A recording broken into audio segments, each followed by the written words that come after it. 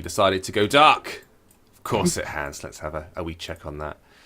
If you're tuning in right now, you get to see the gloomy, dark-faced James, who's obscured by shadow. Which I guess is in some ways fitting for a game which deals with the likes of Mordor and whatnot. There we go. Lovely. Right. I'm seeing ads. That's a good sign. Means we should be live. Hey, I can see my face now. Brilliant. All right then. Hello, everybody who is currently here, if you are here. I'm James, and I am going to be playing some games. Specifically, Lord of the Rings living card game. I'm being joined by a gentleman just below me who's running a few last-minute checks, because this is going to be a big old stream, and the first half of it is going to be hosted by myself, James, as I mentioned, and then the second half by Luke, who is the community manager over there at Fantasy Flight Interactive, because this is the day that you guys have been looking forward to, with a small caveat of, I guess, being concerned and excited / nervous about. Is that a fair assessment? Yeah, I would say that. I would say that that's the way to do it. It's been pretty crazy here, but we're excited about the whole thing, to be honest. Yeah. From everyone I've talked to, because I haven't released a game myself, releasing games a stressful experience. You know, it's got its ups and downs.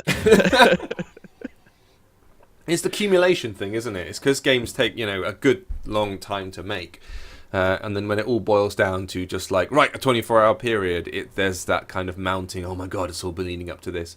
Absolutely. Yep. I play on bands and things like that, and I guess it's that you practice for hours and hours and hours and do this thing, and then all of a sudden it comes down to, right, you better get it right in the next 45 minutes, or it's all been for nothing.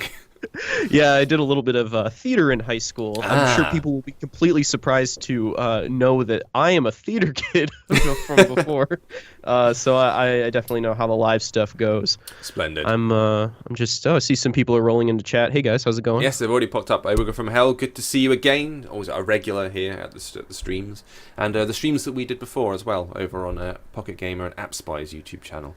But for the next, upwards of 4 hours, something like that. It's going to be a big old thing. We're being hosted over there on the Fantasy Flight Games channel, and it should be around about the front page of Twitch. I think we can see some streams pouring in there, a couple of thousand rolling up, because this is the day where Lord of the Rings living card game finally goes into early access over there on Steam. He's throwing up the horns with joy already. We got the horns of joy up in the air. Fantastic. 5 players have tuned in. Hey man, how's it going?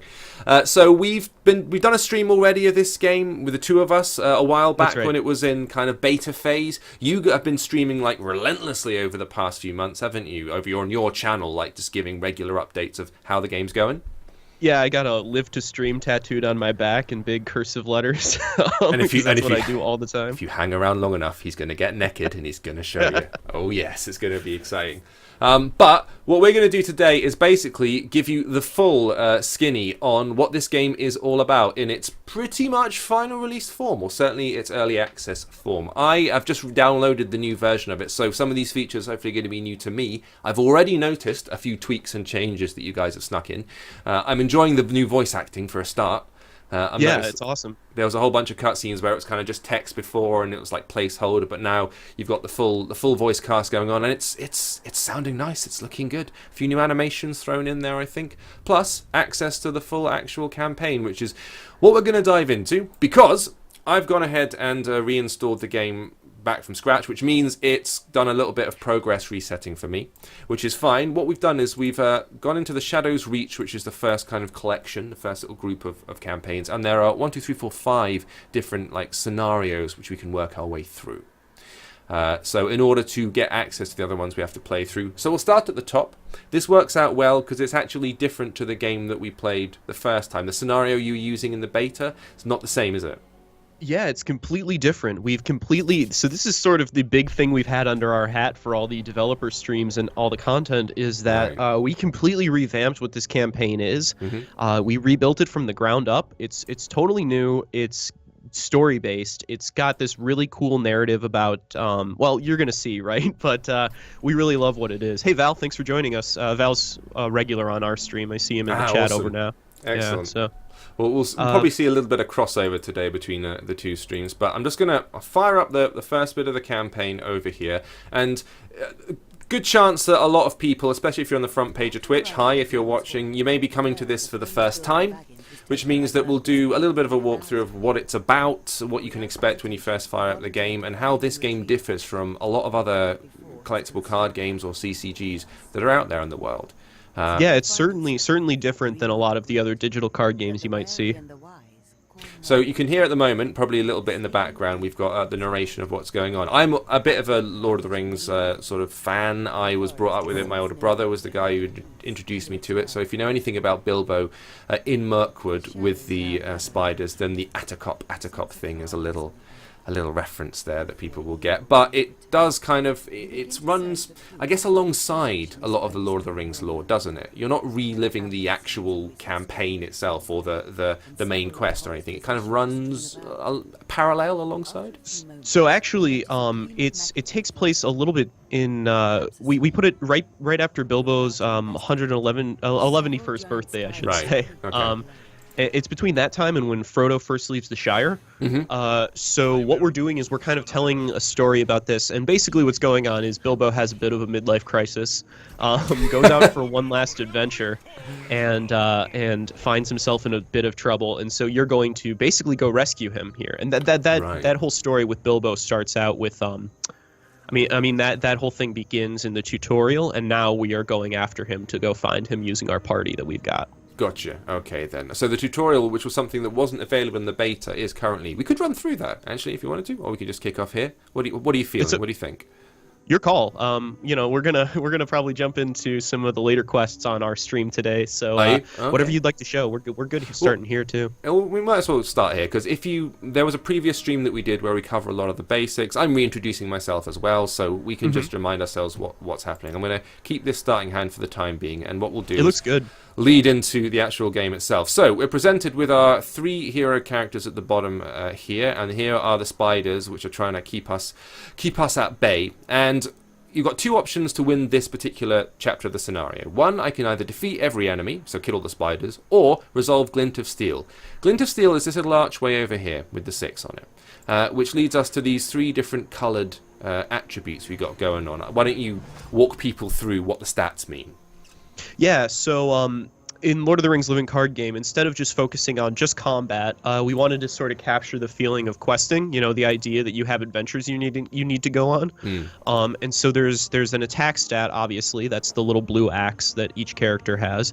There is a defense stat, which is your health, and that's the red number. And then there's willpower, which is that yellow number in the center of the cameos and the cards. Willpower is a measure of how good your hero is at completing quests in Middle-earth. So it's sort of a measure of their will to move forward, literally their willpower. So you need to complete quests even as you're completing combat as well. So main objectives, just like we have here, if we complete them using our character's willpower, and we just click and drag over from the character to the cameo, same as we do for attacks. Yeah. But basically, that's how we complete those adventures as we're playing. Gotcha. So I'm going to try and do this by resolving the glint over here when I need to basically use 6 of the yellow points over here to unlock it. But that spider had a defense up, so it had the circling shields up, which basically means it's a kind of a blocker. It's a defense against me issuing this. I've got to take him out, or at least remove his shield, before I can get to that stuff over there. I also played a card which allowed me to boost Gimli's attack by 1 point, because he's an Ard Dwarf, and it cost me none of my player resource points, so I thought I might as well. You can see... Yeah, so, like, a lot of the times when you're... Sorry, I didn't mean to cut you off. No, go for it. Our guard is way different than you'll see in other games where, in other games you might see defense works a little bit differently because it just defends other characters on the board. Here, defense stops you from attacking, but it also stops you from questing. So you have to take a hit. You have to let those characters take a hit in order to drop the shields off of them, basically. Yeah. So yeah, the new guard is an action as well. Yes, as well. And we've already had 2 spiders laying into Gimli badly here, down to 6 health already. Oof. We've got the Queen of Gondor turning up. Good to see you there. Nicely themed name. I like it. Game releasing on Steam on the 28th, which is today, similar to Magic, she's saying, hoping it's rad. That brings us to a good point, which is that while there are obvious similarities between other card games, there are some quite fundamental differences with this one, isn't there? And you mentioned the narrative stuff. That's what, to me, sets it really quite far apart from other games, because this is a story that continues not only in like text scrolls in between levels, but actually the attributes and the effects on your cards continue between rounds as well, don't they, sometimes?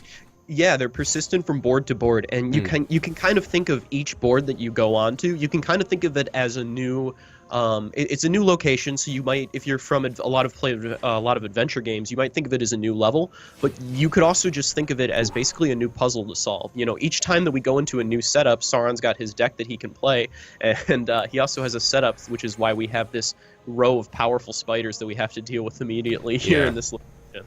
They are brutal. I'm getting my I was going to say Gondorian arse handed to me, but no, I'm not here. I've got the wrong character. This is Aragorn, my Dunedain arse handed to me. So what we're going to have to do is try and make sure I don't get completely, I was going to say, murked in Mirkwood. There you go. That's a thing. That's a keeper. That. So let's have a look at the cards that we got. So we've got the Warden of Anuminous over here, which is he's pretty strong. He's probably got 5 hit points, 2 attack. That's not bad. That's not bad. We've got a veteran axe hand over here, 2 and 6. So he's got a lot of. He can take a beating. He's pretty strong. We've got Gandalf, the big man himself. So when he drops in, he costs a lot of points. If you're going to use player resources, he costs 5. You can see up here, but he lets you draw 3 cards, lose 3 of your Sauron's little watch points over here. You can see the threat meter on the far right hand side, or deal 3 damage. Plus, he's got some badass stats. So I will try and bring him into the fray a little bit later, because he's kind of hard. I might actually use the self-preservation here. What were you going to say?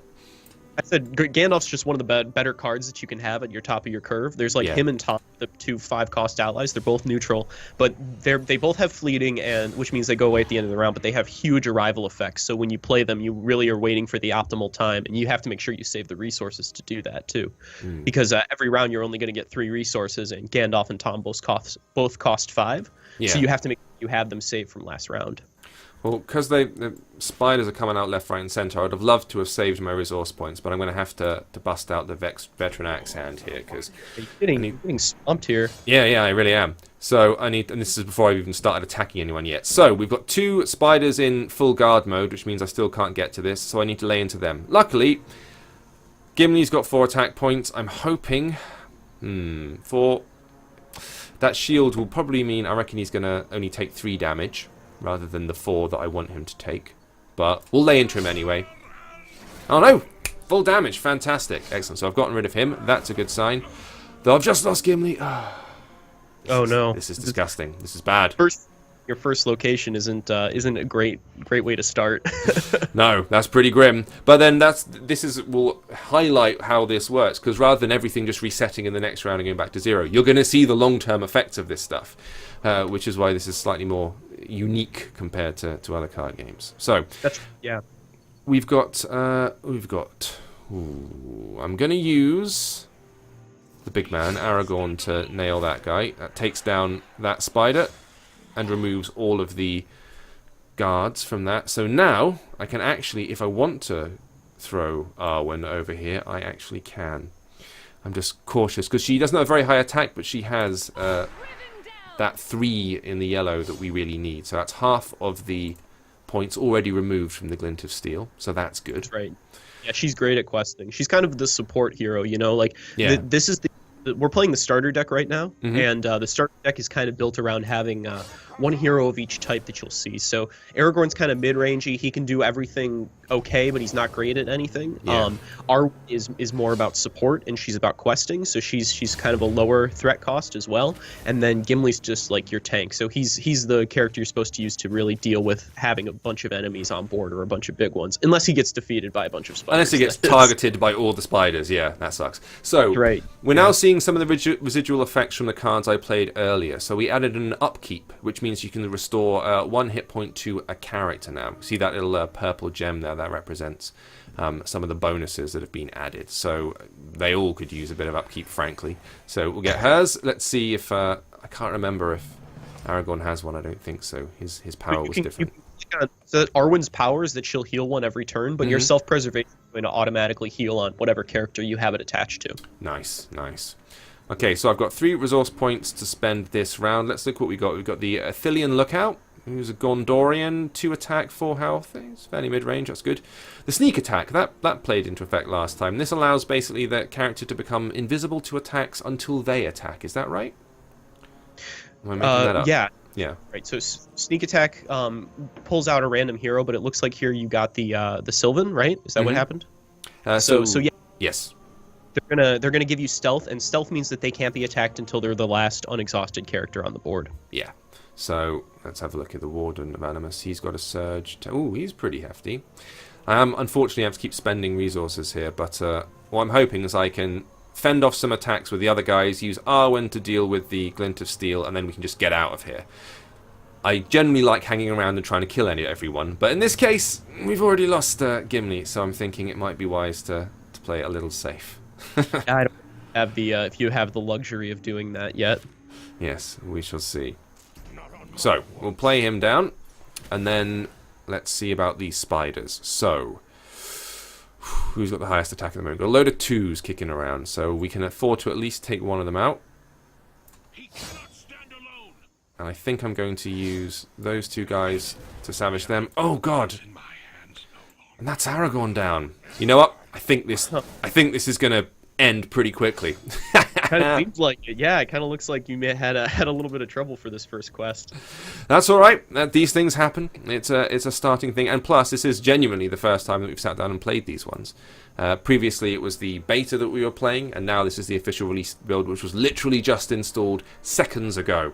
So this is all exciting and new to us. However, if I throw this over here, she has managed to deal with the glint, as you can see here. And now this is new stuff. We didn't get all this added kind of flavor text before. So Glint of Steel. Lying on the forest floor is a small elven blade, beautiful, strong, and light. This must be Bilbo's sword, Sting, a valuable treasure. Kind of familiar, right? Yeah. So we found Sting. That's now a card that's been added to the deck as well. That's right. Yep. So now it's going to you're going to draw it in your hand, and you're going to be able to play it, even though it's not. You see, it's blue. It's part of a sphere that you don't even have in your deck. Sometimes you're going to be able to pick up these story items and include them on your characters here. It's a spirit card, but you're still able to play it. Gotcha. So I can set down and play that now if I want to, or what I'm going to try and do is travel. If I travel, that makes me leave the scenario, but the enemy will get 1 attack on me as I leave. Yeah, right? So there's 1 unexhausted enemy on your screen, so he's going to get an attack before you hightail it out of here. Yeah, if well, you use it. So they can survive it. So I am going to have to bail because all my characters are currently exhausted anyway. So I suppose I could draw someone an attack, but he would still have an action left. Screw it, we'll travel. I have a feeling that we might be going back to the deck and finding some other cards to make up perhaps a more competent deck later on after we get battered here. But the idea is we're going to be working through this for the next few hours. So you're currently watching the Asmodee Digital channel with myself and Luke streaming. We're going to be doing this for the next couple of hours basically, and then after that I'm going to hand over to Luke, who is going to be hosting it on the Fantasy Flight Interactive channel itself. And then he's going to carry on going. So this is going to be a big old master stream, as you are the community manager and have been working with the game. I fill the role of the newcomer coming to the game, and he is explaining how it all works. And then he can take over later on and maybe show the more masterful use of all the skills. Well, I don't know about that. Anybody who watches our streams know that masterful is a bit apocryphal for just how my skills are. So we've got loads of people chiming in. So someone's asking about the buying options on Steam. Bit confused, looks like DLC and bits and bobs. So what's the base pack when you buy the game outright? What do you get?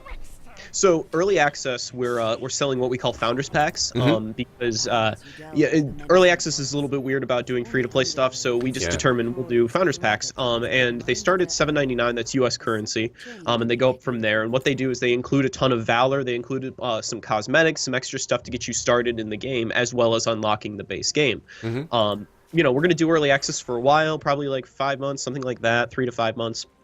And then we're going to go full free to play after that. But these Founders Packs are a great way to get started if you want to jump in and see kind of what the game's all about to get to start. Gotcha. Okay, then. So we find ourselves in a new scenario with the mysterious stream. So we've got a downed tree here. Push over the tree to bridge the stream. This is what we're trying to do. You can see it kind of curling around the edge of the scenario.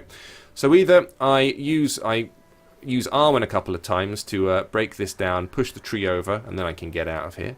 We've also got this gentleman over here who represents foul weather. A drenching rain falls upon you. Each player draws one less card during the upkeep phase because of the foul weather. Again, I can use my characters to try and get rid of this effect as well if I want to. But yeah, we call these hazards. They work like objectives, but basically they have some kind of universal negative effect on the board, and you can choose to go after them and clear them. You'll get a better score, and the game will be a little bit easier. But obviously, you have to take the time to do that, and you have to have a deck that is really good at questing in order to get that chance. Gotcha. Okay, then. And then we've got a few enemies as well to deal with. So we've got some Black Forest Bats, we've got a Rock Adder, and we've got a Wild Bear over here, who is the biggest and meanest of the bunch. So I'd really like to get some actual cards out on the table here, because I've only got the two, now I've lost Gimli. So we've got an Athenian Lookout, who I can bring out. He's only 2 resource points. We've got a couple of them, actually. Gandalf's too expensive, so we'll have to wait for him. So yes, I think the Lookout is going to be joining us. You could roll out Sneak Attack and see if you get anything good on there, too. That might be worth a try, actually. We've got the 1 resource point. Let's have a go at it. So, play a random ally. Let's see who we get. We get Garnbury Garn. Pretty good, all right. So, he doesn't have a very high attack, but he's got 5 points of health, so he's relatively hard. Unfortunately, everyone in the meantime just attacked the hell out of Aragorn. Oh dear. Well, you lost your warden. Yeah, that's not so good. These guys are hard, unfortunately, and we're taking a critical beating early on. So, we've got this guy who is currently in sneak attack mode. You see this fog that's covering the character? That means he's currently invisible to the enemies until I attack or until all my other allies are exhausted. Then he'll appear, right? So, now all we can do is start laying into him. The bear's been deactivated. We've got 2, 1, and 1. He's not particularly strong. What should we do? Let us I guess we can get rid of the bats. I think you got to clear out some of these enemies. Yeah. I don't think you have much of a chance. But Gonberry Gon's 1 attack matches up with that 2-1 pretty well. But since he's sneak attacked, he's going to go away at the end of the round. So you could just, if you click on him, you could unlock guard, and you could have him guard instead as an action. And if he guards, then he has to be the one that's attacked. But since he's going to be defeated next round, it's okay. You're not really throwing away any value. That's true. So I can hit him as a defense button. So if you clicked on the character just there, card pops up, and then you've got these icons that are hanging below. So you've got a fate button, which will add the unit's willpower value to the fate pool, as it says there, or you've got this guard option. So if I hit that defense button, that means that he'll take the brunt of the attacks and protect Arwen, hopefully. So there we go, we can put him in guard mode. Sauron's sitting on 6 resources right now, too, so he's got something good in his hand. Greedy Fingers. Discard a random hero's attachment. Oh, man. So, actually, do we even have any attachments at the moment? I think we just lost Arwen's. You had self-preservation on there, I think. Yeah, so we've just lost hers. That's the only choice we had. That was it. Happened automatically, so there we go.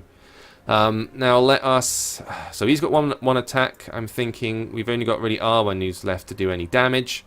And we can just either chip away at the adder or the bear.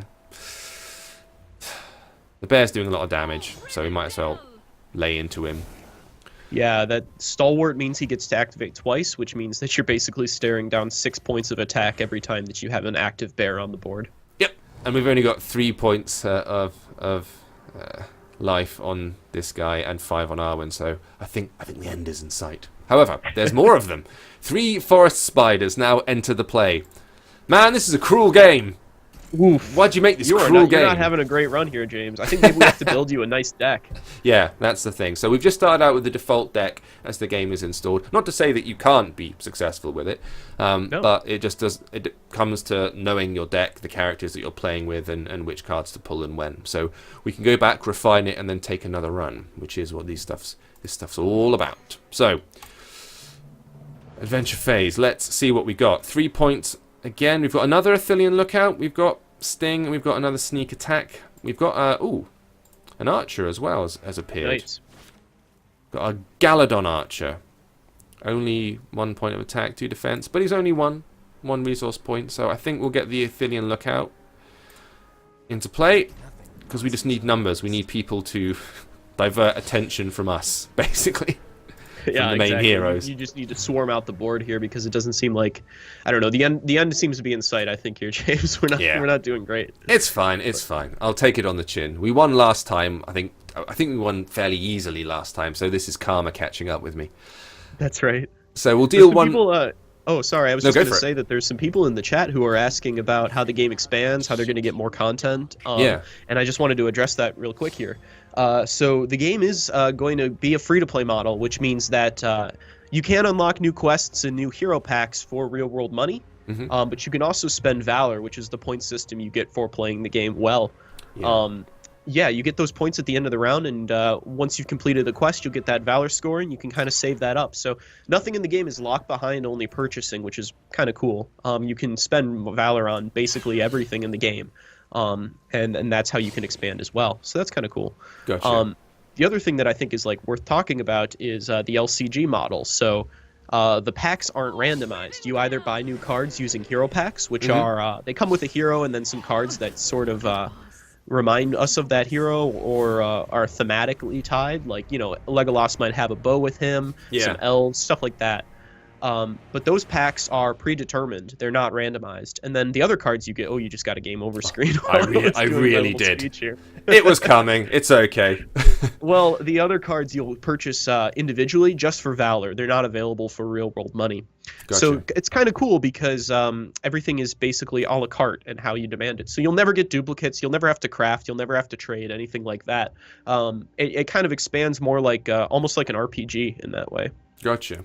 So now that we've jumped back out, you get to see the title screen and the way that you build decks and get cards. So one of those things is going into the Palantir, which if you're familiar with Lord of the Rings, you'll know what it is, a sort of seeing stone that allows particularly the wizards to see things that are going on elsewhere in Middle-earth. Here, I've got 8 Palantir views that I've earned up, so if I were to just use one here, you'll see a little animation play out, a little bit of drama, and then we've gained Sudden Riposte, an uncommon card. That's a great card. Immediately exhausts an enemy when played. That's super handy. And also, you get the card back there as well. So it's a way of gaining new cards. The other way that you can do so is using your Valor points. Is that right? That's right. Yep. Yeah. So you can go down here and have a look at the vault, for example, and you've got the shop and also Valor cards as well. So if I just head over to the Valor cards, I can pull one up here. Those Valor cards that you unlocked in the Palantir, those will always be cards you don't already own.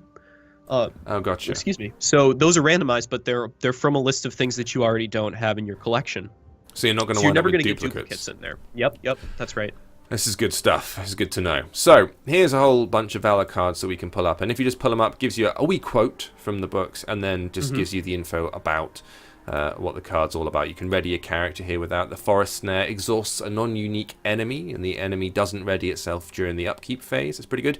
And then you can either buy like 1 or 2 cards, depending on how many you want in your deck, and it'll cost you X amount of Valor points, which you can see listed down here. And you always have, you can only have 2 of each.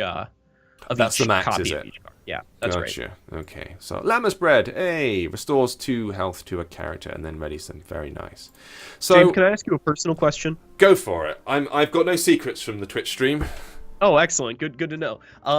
What do you think lembas tastes like? Well, they don't make it look appetizing, do they? I mean, you think that? Yeah. To me, it looks like it reminds me of like Ryvita or like crisp bread or something like that. It looks quite stodgy. I know the whole thing is like one bite fills the stomach of a fully grown elf, and that's the vibe. But I don't know. It looks bland. It looks a little bit carby. Looks like, tack, right? It kind of looks like that to me. But for some reason, every time I see that card, I'm like, dang, I kind of want to try some lembas. Yeah. If only just to have the one snack and then not worry about it for the rest of the day. That's pretty handy. Doesn't that sound great? Yeah. Dehydrated pound cake, someone's suggesting in the stream. That's basically what it is, yeah. That's probably right, yeah, man. So, what we'll do is we'll go over here into the actual card library, and so I can see what cards I have available to me, and maybe we can sort of build a bit of a sturdier deck and then try and go back into the fight. So, our starter deck is over here. You can see lifted down the side. So we've got Aragorn, we've got Arwen and Gimli up front here. And then we've got the list of cards, which I can scroll down here. 30 cards in total, which you can arrange in whichever order you wish. Yep, and 2 copies of cards, or 1 if you'd like. Mm-hmm. So it gives you the list here, and you can just highlight them, and that's how you work out and choose your deck. So if I was to build a new deck, for example, what would you recommend? How would you go about strategizing a decent deck? So the best way to start is to look at what you want your heroes to be, right? Mm-hmm. So I always start with the heroes when I'm building a deck. You, of course, everybody has the core heroes unlocked. So that's Aragorn, Arwen, Gimli, and a fun little hobbit named Tom Took. These are going to be your starter heroes, and each of them is from a different sphere, and that's what those colors are. Yeah. And I love talking about these spheres because I think that they're awesome piece of design that we pulled over from the original tabletop game designed by Nate French. Gotcha. So number 1, Aragorn is he's part of the leadership sphere, and leadership is all about protecting allies, spending resources, and kind of playing mid-rangey. You know, like they're sort of in the middle of the pack. So they're pretty good at everything, but they're not great at anything. So a lot of the players who, you know, if you play mid-range decks in other card games, you might find yourself being more attracted to leadership as a sphere than any of the others. Okay. Next up is Arwen, and Arwen's part of lore. And we kind of talked about this already, but what lore does is lore is all about control. So they like to play the long game. They like to dominate the board, kind of snowball some kind of advantage, and then take over once they have a ton of attachments on the board, a ton of allies, and they can just kind of work their way through it pretty slowly after that. Okay. So, yeah, you see Arwen's got a lower starting threat because she doesn't have as much attack or health, but her ability kind of makes up for that because she can heal other characters. And then she's so good at cleaning up hazards because most of the hazards, I'll give you a hint, most of the hazards in the game are 3 willpower. So she's able to close out that's that central attribute here, which Yep. lets you beat them down. Now, the threat you mentioned, that's the thing in the top left-hand corner. You can see Aragorn's got 11, Arwen has 9. This is the way that Sauron views their threat, isn't it? When you put them on the board. Basically a measure of how much Sauron cares about this individual character. But what it is functionally, mechanically in the game is it's basically a points value. So your starting party of heroes, you'll always have 3 heroes. You're going to add up their starting threat value to get your starting threat value. So with Aragorn, Arwen, Gimli, 11, 9, and 10, if my arithmetic holds up from elementary school, you'll start out with 30. Yeah. Nice. Yes, absolutely. Whereas Tom Took is comparatively the lowest threat level on the board, presumably because he's just a wee hobbit. Sauron doesn't think he's going to be any threat at all, really.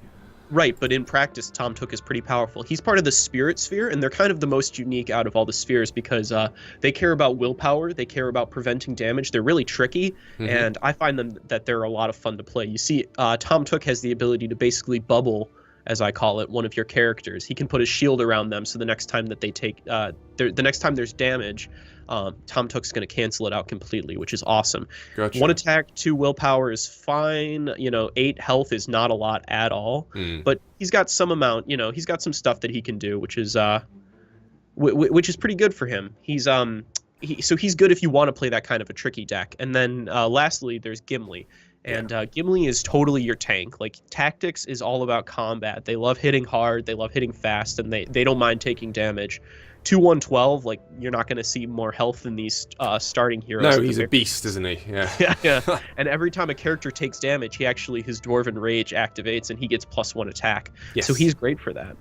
Something else you're going to see is that in the core set of cards, there are a ton of really, really cool dwarf-specific attachments. So there's stuff like Dwarven Axe and things like that. Reasons to build a deck built around dwarves. So Gimli kind of facilitates that strategy too. Right. So I am feeling getting a bit aggro, given that we just got our asses handed to us by a bunch of uppity spiders. I'm thinking leaning towards the Gimli full brute force attack. strategy. Yeah, so sounds good to me. if I wanted to base a deck around that strategy, basically, we're going to bolster Gimli a lot.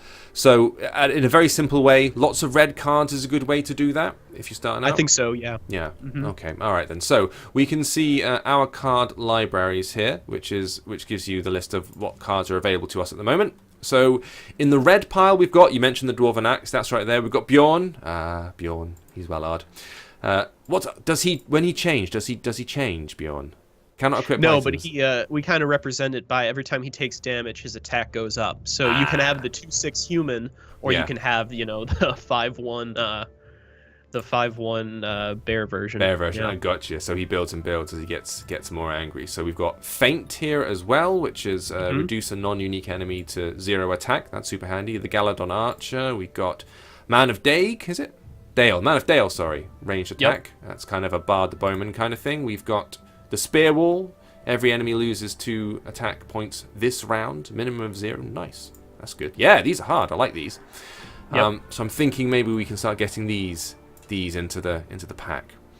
Yep. So, and you can sort through the deck builder by sphere type. So up on the top, you can sort by cost, you can sort by card type, you can sort by sphere, all these different things. You can take a look at what you want to when you're building a deck or putting it together.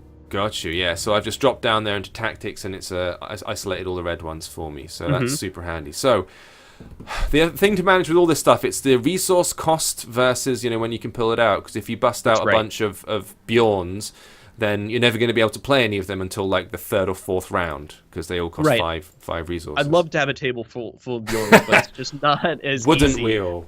Right. So what would you recommend throwing in? We've currently got the Warrior Sword, we've got Feint and a Galadon Archer, plus 2 round shields and 2 veteran axe hands. That's what we've got in the basic deck, but we've got these other ones available to us. Would you recommend maybe pulling in the Dwarven Axe, for example? Is that a useful card? I think that it could be really powerful because, as you can see, the veteran axe hand too, that's a dwarf as well.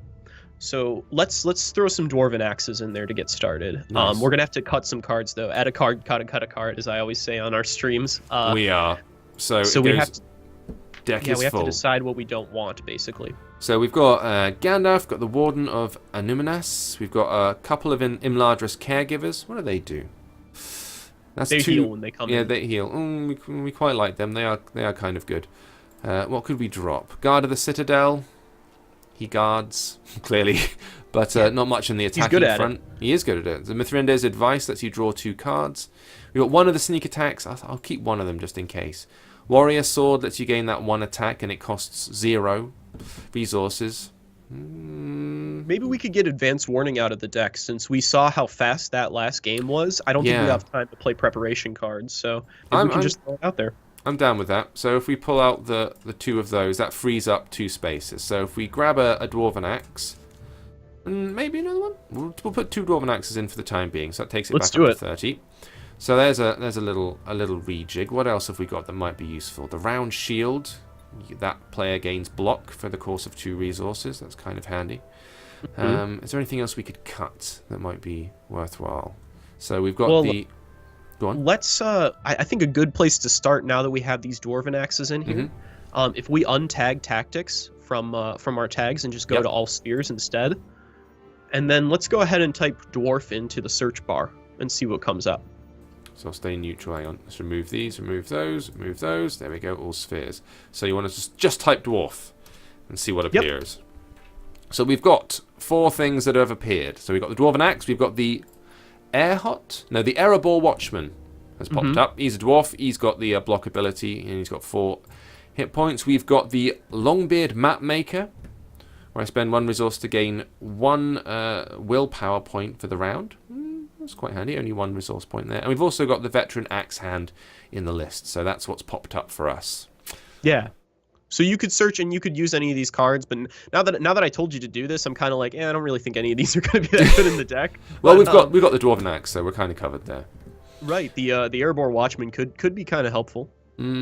So I don't know whether to pull the Mithrandir's Advice one or not, because it's just another drawing 2 cards thing. We've got Gandalf in the deck still. Yeah. Again, it doesn't seem like the slow cards are really going to work out so well for us, so maybe we cut them. Yeah. So if we cut that, and if I were to drop in the We'll say the Watchman. We'll pull him out and drop him in instead.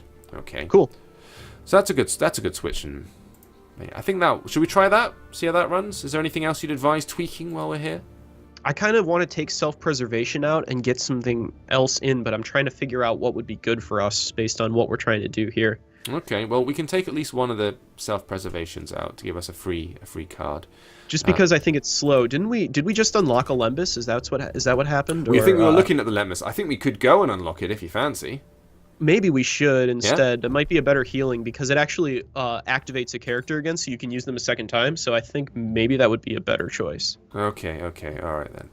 Oh no, having gone back, I have a feeling I just undid the deck. Did I, or is there a... Should it should have saved. Let's click on it and find out. We got 30 of 30 again. Galadon Archer. Nope, Fate. it didn't save. Oh no. That's a crisis. So how would one go about saving? Is it when it's hit 30? That's when it's saved, perhaps. I think that might be what I've done because it was only on like 29 at the time. Mm-hmm. Can you go in there with underleveled decks? Can you play the game with 10 cards if you wanted to? You got to do 30. You got to do 30, so that's probably why. That's fine. It's an easy fix because we know what to pull out and what to move. So we'll ditch the lookouts. We'll grab the dwarven axes, and we'll also throw in. What have we got? The Man of Dale, the veteran axe hands. That was a beautiful sing-songy voice you got there, James. Well, I only busted out when we're on the front page of Twitch. And we can drop advance warning. That was the one. So we can lose that, and we can bring in the long beard. That'll give us the 30-30 deck. There we go. Perfect. So. Oh, you know what? What? Do you have a way to... You know why we're not able to save here? Because you can't modify the starter deck. You have to start from scratch here. Ah, so you have to build a new one. That's why. Okay. Yep. So swapping them out. So if we were to go back to the main page, we can drag in our own create new deck list. So we're going to call it... The best deck ever? I will go with that. I was going to do something more modest, but the best deck ever works for me. Let's see if it fits. It does. God bless them and their massive word counts. Lovely. We've got people talking about, is it a direct transfer of the living card game, different mechanics cards? How does this differ to the physical board game that was released? So it's very different. So the tabletop game is the Lord of the Rings, the card game. Okay. And it's a great cooperative or single player card game that you can play on your tabletop. What we wanted to do is we wanted to take the spirit of that game and transfer it over and think, how do we start up? And we talked to the developers at Fantasy Flight Games who make the tabletop game, and we said, if you made this game from the ground up, you built it from the ground up for digital right away, what would it look like? And this was their answer, basically. So living card games, they play like a card game, but they expand like a board game. Gotcha. That's kind of the elevator pitch. And so our elevator pitch for what a digital LCG is it plays like a card game, but it expands more like an RPG. Okay. Yeah. There'll be a little bit of buffering on your camera, I think. You sound good, but it's having a little freezing moment, I believe. I'm freezing? You're freezing. No. It's okay. I'm sure it'll refresh in a second. We can always... did it freeze in a flattering pose at the very least? Yeah, you just sitting calmly behind the microphone. It was very composed. Oh, great. Okay. Don't worry, man. It's all good. Great, so you're just going to get the buffer in the meantime. We can still hear you, so it's not a problem. Great. Awesome. So I'm just going to wander my way through here. We've got the Manadale. I'm going to bring out that Longbeard map maker. That seems pretty good. We're keeping Mithrandir's... No, we were dropping that one, actually. The Rohirrim Lancer. I like the look of him. He's got a lot of power on him. That's 6 of the 30. The Round Shield. I do want that one, because that block ability is super useful. We've got self-preservation, which we're not worried about that at the moment. Got a spear wall here. Oh, that's tempting. Let every enemy losing 2 attack per round with a minimum of 0. Maybe. Could be good. It's a little expensive for what you're trying to do, I think. Yeah, perhaps. So I do want the veteran axe hand. I want 2 of those. I think, want the Warden of Anuminas. He's kind of a nice mid-level 3 attack card. I'll bring him out. There's 3 of those available, so let's get 2 of them. We've got... Oh, look, Tom Bombadil. There you go. Didn't wind up appearing. There you are. You're back in video mode. Yeah, I dipped out for a second and jumped back in. And you got my little picture for a second there, too. People get to see my very... Get to see the avatar. We're exposing all sorts of things here. The Warrior Yeah. Sword, I'm going to put that in there because it is a useful card that just gives you... It doesn't cost any resource points, so that's super handy. Yeah, it actually dipped. A lot of people who watch some of our community streams that we had before know that it was costed at 1. We actually dropped it down right before launch, so hopefully it's not too powerful. We'll see. Gotcha. Okay, all right Yeah. then. So we've got 13 of the 30 in. I'm going to start maybe doubling up on a few. So the Man of Dale is available. Yep. I might throw him in. He's all right. He does some work. Ranged is good because it gets past guard, and with all those Yeah. guarding spells, like the Man of Dale is really good at picking them off. Yeah, so I'm going to throw 2 of those in and see how we do with that. We have got half the deck filled, 15. So Rohirrim Lancers, they're kind of badass. And they're only 2. So let's throw a couple of those in. I may only have I think we're all filled up. Yeah, 2 of those. What else do we want? Feint. Now, that's only 1 point. Reduce a non-unique enemy to 0 for that round. That's only Card's one. awesome. Yeah, that's only one resource point. I like the look of that. Let's bring that Yep. out. A couple of those would be good. Do we rank that Garnbury Garn guy? He's just all those hit points. That's what's nice about that. That is nice. Stealth is cool too, but the thing that you're really playing him for is because he can clear out a lot of hazards based on his cool weird willpower, where he gets +1 willpower for each objective in play. So generally he's good on like cleanup crew. You know what I mean? Gotcha. For objectives. Yeah. Okay. Well, yeah, we'll throw him in. We've got the space. We're only up to 90. Could be good. Yeah. We'll see if he works out all right. I think he's only 3 resources, right? So Yeah, that's right. Yeah, he's a pretty good premium for what you get. Okay. So we've got some we haven't seen yet. Beorn's Hospitality, which lets you restore 1 hit point to every character, or 4 to a hero. Hey, that's kind of nice. I could have done with that before. I think maybe I'm going to drop at least 1 of those in. We've got the Dunedain Letter. Gain 1 point, then gain stealth for the round. That's pretty good. Yep. Like that. I think I might have that. Well, not worrying about advanced warning, as you say. It's a slow card. No need for that with this build. We've got the Guard of the Citadel. I think I've only used the one of them. He doesn't have much of an attack, but I guess he's good for throwing out to draw attention away from other characters. I suppose. Might use one. I like of the them. Guard of the Citadel a whole lot personally. You're a Yeah, fan? yeah. Okay. It just Guard is so powerful. You can basically use it to protect your heroes for so many rounds. Okay. Well, we've got a lot of the red cards out there. The only one we haven't put out is Warrior Sword. I think maybe we've got the 1. Let's put that up to 2. So we have that there. Yep. We've got 7 cards left. Ticking along nicely. Nearly. This is fun. I've not actually built a full deck because I basically just used the starter stuff during the beta. Deck building is basically my favorite part about card games. I love tuning. Yeah. You love that meta, do you? You love the behind the scenes, like tweaky, adding stuff as you go along. Yep. Getting everything completely optimal. I just like feeling smarter than something. I don't get that feeling a lot, so it's nice. That's the way to do it. I like it. So we got the... I'm not using that Common Cause. I'm not using the Advanced Warning. I'm keeping things relatively cheap. The only really expensive card I've got in is Gandalf at the moment. I'm tempted to throw Beorn in, but that would rely on you getting towards the end game and being able to save cards if you early want on. to play those 5 costs, which it seems like you do, the best way to do it is by playing a bunch of leadership cards that let you play more resources. So stuff like Gaining Strength, which gives you an extra resource, or the Sigil Miner, who you don't have unlocked, but he's a dwarf that is a 1 cost, and you can exhaust him to grab another resource. Okay. So he's pretty good too. So if you want to build a deck like that, there are those tools, but Well, I'll it's your call. I'll throw in the Gaining Strength one anyway, because as you say, it just gives you the additional resource. Yeah, point ramp there. up a little bit, right? No harm in that. So we'll throw a couple of those in. And we have 4 left, 4 to go. So I'm thinking I'm going to put another one of those guards of the Citadel. There's no point just having 1. Let's throw 2 in. And then we've got 3 left to go. The Spear Wall is expensive. Every enemy losing 2 attack points for the round is pretty good, though. But it is 4 reasons. I'm not sure about that one. It is You red. can really save up for like an alpha strike with this card if you can build the turns. If you can kind of sculpt your turns to do that. I think what you're really going to need to do more than anything else is build up your forces and really use that guard button to protect your heroes. I think that's kind of the challenge for this first couple of locations you're going to be on. Okay. I think I'm going to throw the Airball Watchman in. He's got block automatically. That's his thing that kicks in. So I think that defensiveness will be useful.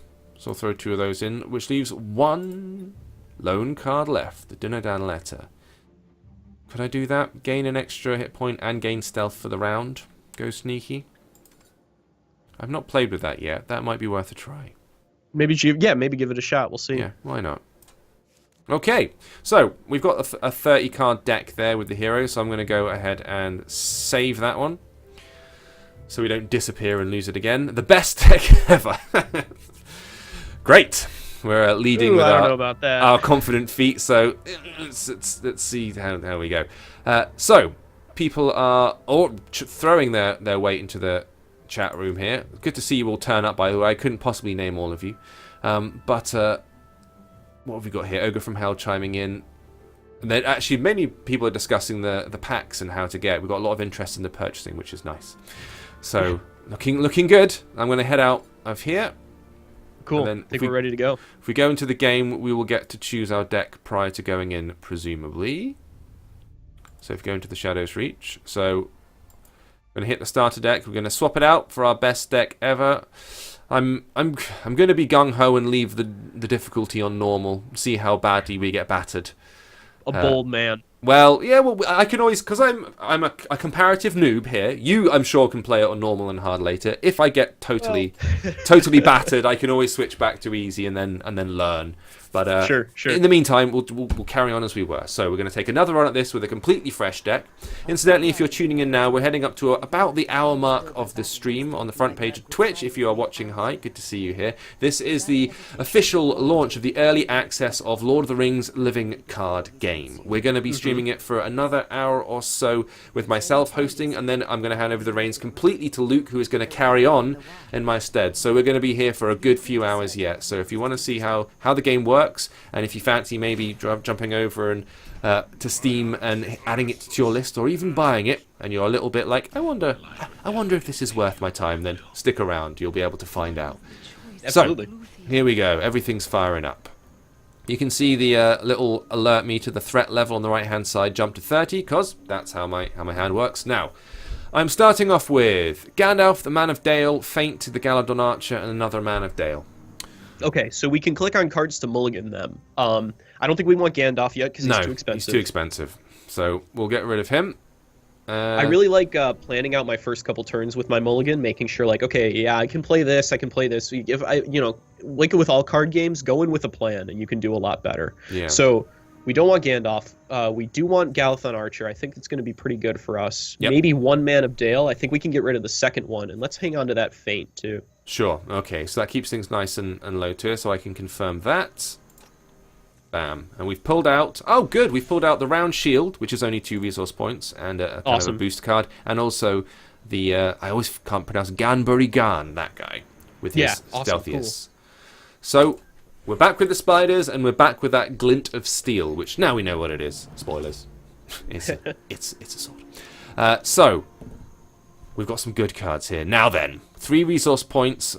I can either drop some bodies onto the field, get the Galadon Archer and the Man of Dale out, or I can get defensive and throw the Round Shield in and give somebody a block. After the last time, I don't know, I feel like we want bodies out there. What do you think? I kind of agree with you. I think maybe Man of Dale is the play here, because what we really want to happen is we want one of these spiders to attack, buff Gimli up to a 3, and then let him crash into this 2/3 guard spider that we've got on the left-hand side. Yeah, so what's happened there is the spider has fallen for our plan. He's attacked the Man of Dale, who still lives, 2 points. And as you see, Gimli's points there just jumped up. His normal attack is 2, but because he's now enraged at the spider attacking his comrade, he's now up to 3, which means I can pull him out and batter the... Oh, I will be able to. I was getting ahead of myself there. There is still one spider over here who still has a guard on him. So we have to then deal with that. So I can use another character to attack them. So let's say... In fact, let's get our Man of Dale over here, seeing he's been a bit useful. Attacking him, that removes the guard for the time being. The other spider's laid into the Dale, so we've lost that guy. But it does mean I can now use Gimli to swoop up here and take out that spider in one shot. I mean, the other thing is that normally you don't want to be throwing away, different characters or units. In other games, you might not want to do that so quickly. Mm-hmm. But because we're drawing 2 cards a turn, and because the game is so fast-paced, since it's round-based instead of turn-based, it's kind of okay to do stuff like that, make those trades. You can sort of get away with it. So we have Gimli's been exhausted for this round. We have taken out another spider. 2 of the spiders still on the table. We've got Aragorn and R1 still going. There's a resource point there still that exists, so we could use Feint if we wanted to, but we could always stick around, save it for the next round. Yeah, we're okay taking a little bit of damage here. I kind of like attacking into one of the spiders with Aragorn and then using his power and the last resource to defeat that spider, because we can ready up Aragorn for the cost of a resource. That's his ability. Ah, gotcha. Okay, then. So if we attack with him first, then use the resource power afterwards. That's doable, yeah? So we've got 2 of the spiders there, both of which got 4 damage, so we can only take them down to half, but we'll give it a go. So if we attack this guy who was exhausted, here we go. Aragorn's got a nice yellow glow about him at the minute. Yep. Which is pretty good. So we can then use the option to, if I hover over this, the power button. So that activates the card's unique ability, as it says. So if I hit that, bam, it brings him back into action, the surge action. That's used up a resource point, but it's put him back out on the field, which is pretty sweet. So I can now, if I want to, take out that spider wholeheartedly, can't I? That's right. Brilliant. So we'll take him down. Bosh. There's another spider gone. And we're now 2v3. He has attacked back, but that's okay. He's got the points left. And Arwen is still on the field, which is kind of great. So I can use her to attack one of these spiders, but she's probably best used for her willpower against the Glint of Steel. What do we think? Yeah, let's check out the fate meter on the side and click on that too, and let's see what it does. Okay, so we've got a fate 0 of 12. We've got Nada at the minute. Let's have a look.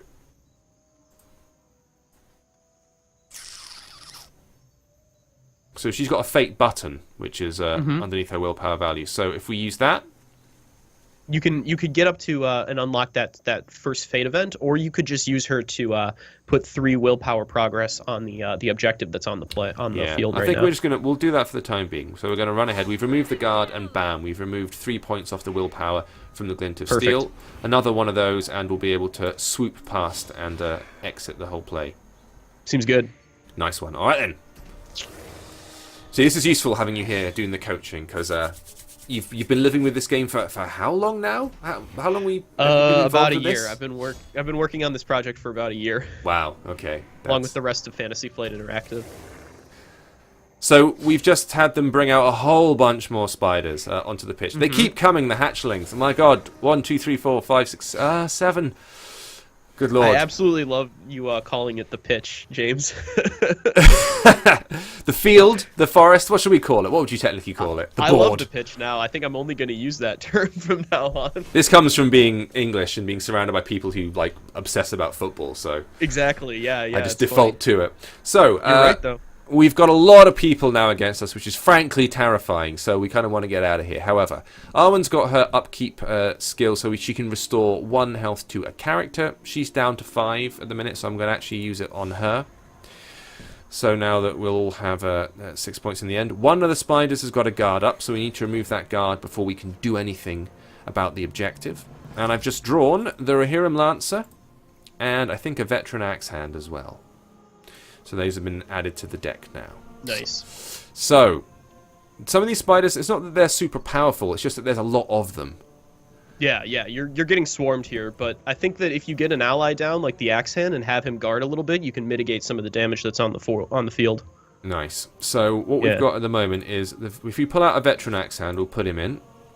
My axe swings too. I'm enjoying all the VO stuff. Yeah, it's great, isn't it? So Gimli's been boosted again. He's got his 3 attack. And as you can see, I've clicked on the card there, and it's giving me options here. We've got a fate button down here, but the Veteran Axe Hand does have a defense button. So I can put him in guard for the round. So that's thrown that up. And he's been instantly attacked by one of the other spiders, but that's fine. That's what he's there for. That's useful. Right. So now we've got the option to go ahead and attack, or I can just use Arwen immediately and unlock that thing, which I might go ahead and do. Because we're going to get attacked on the way out regardless. So I think we've only got 1 resource point left, so the only thing we could do is use Feint or the Galadon Archer. But we can kind of save that for the next round.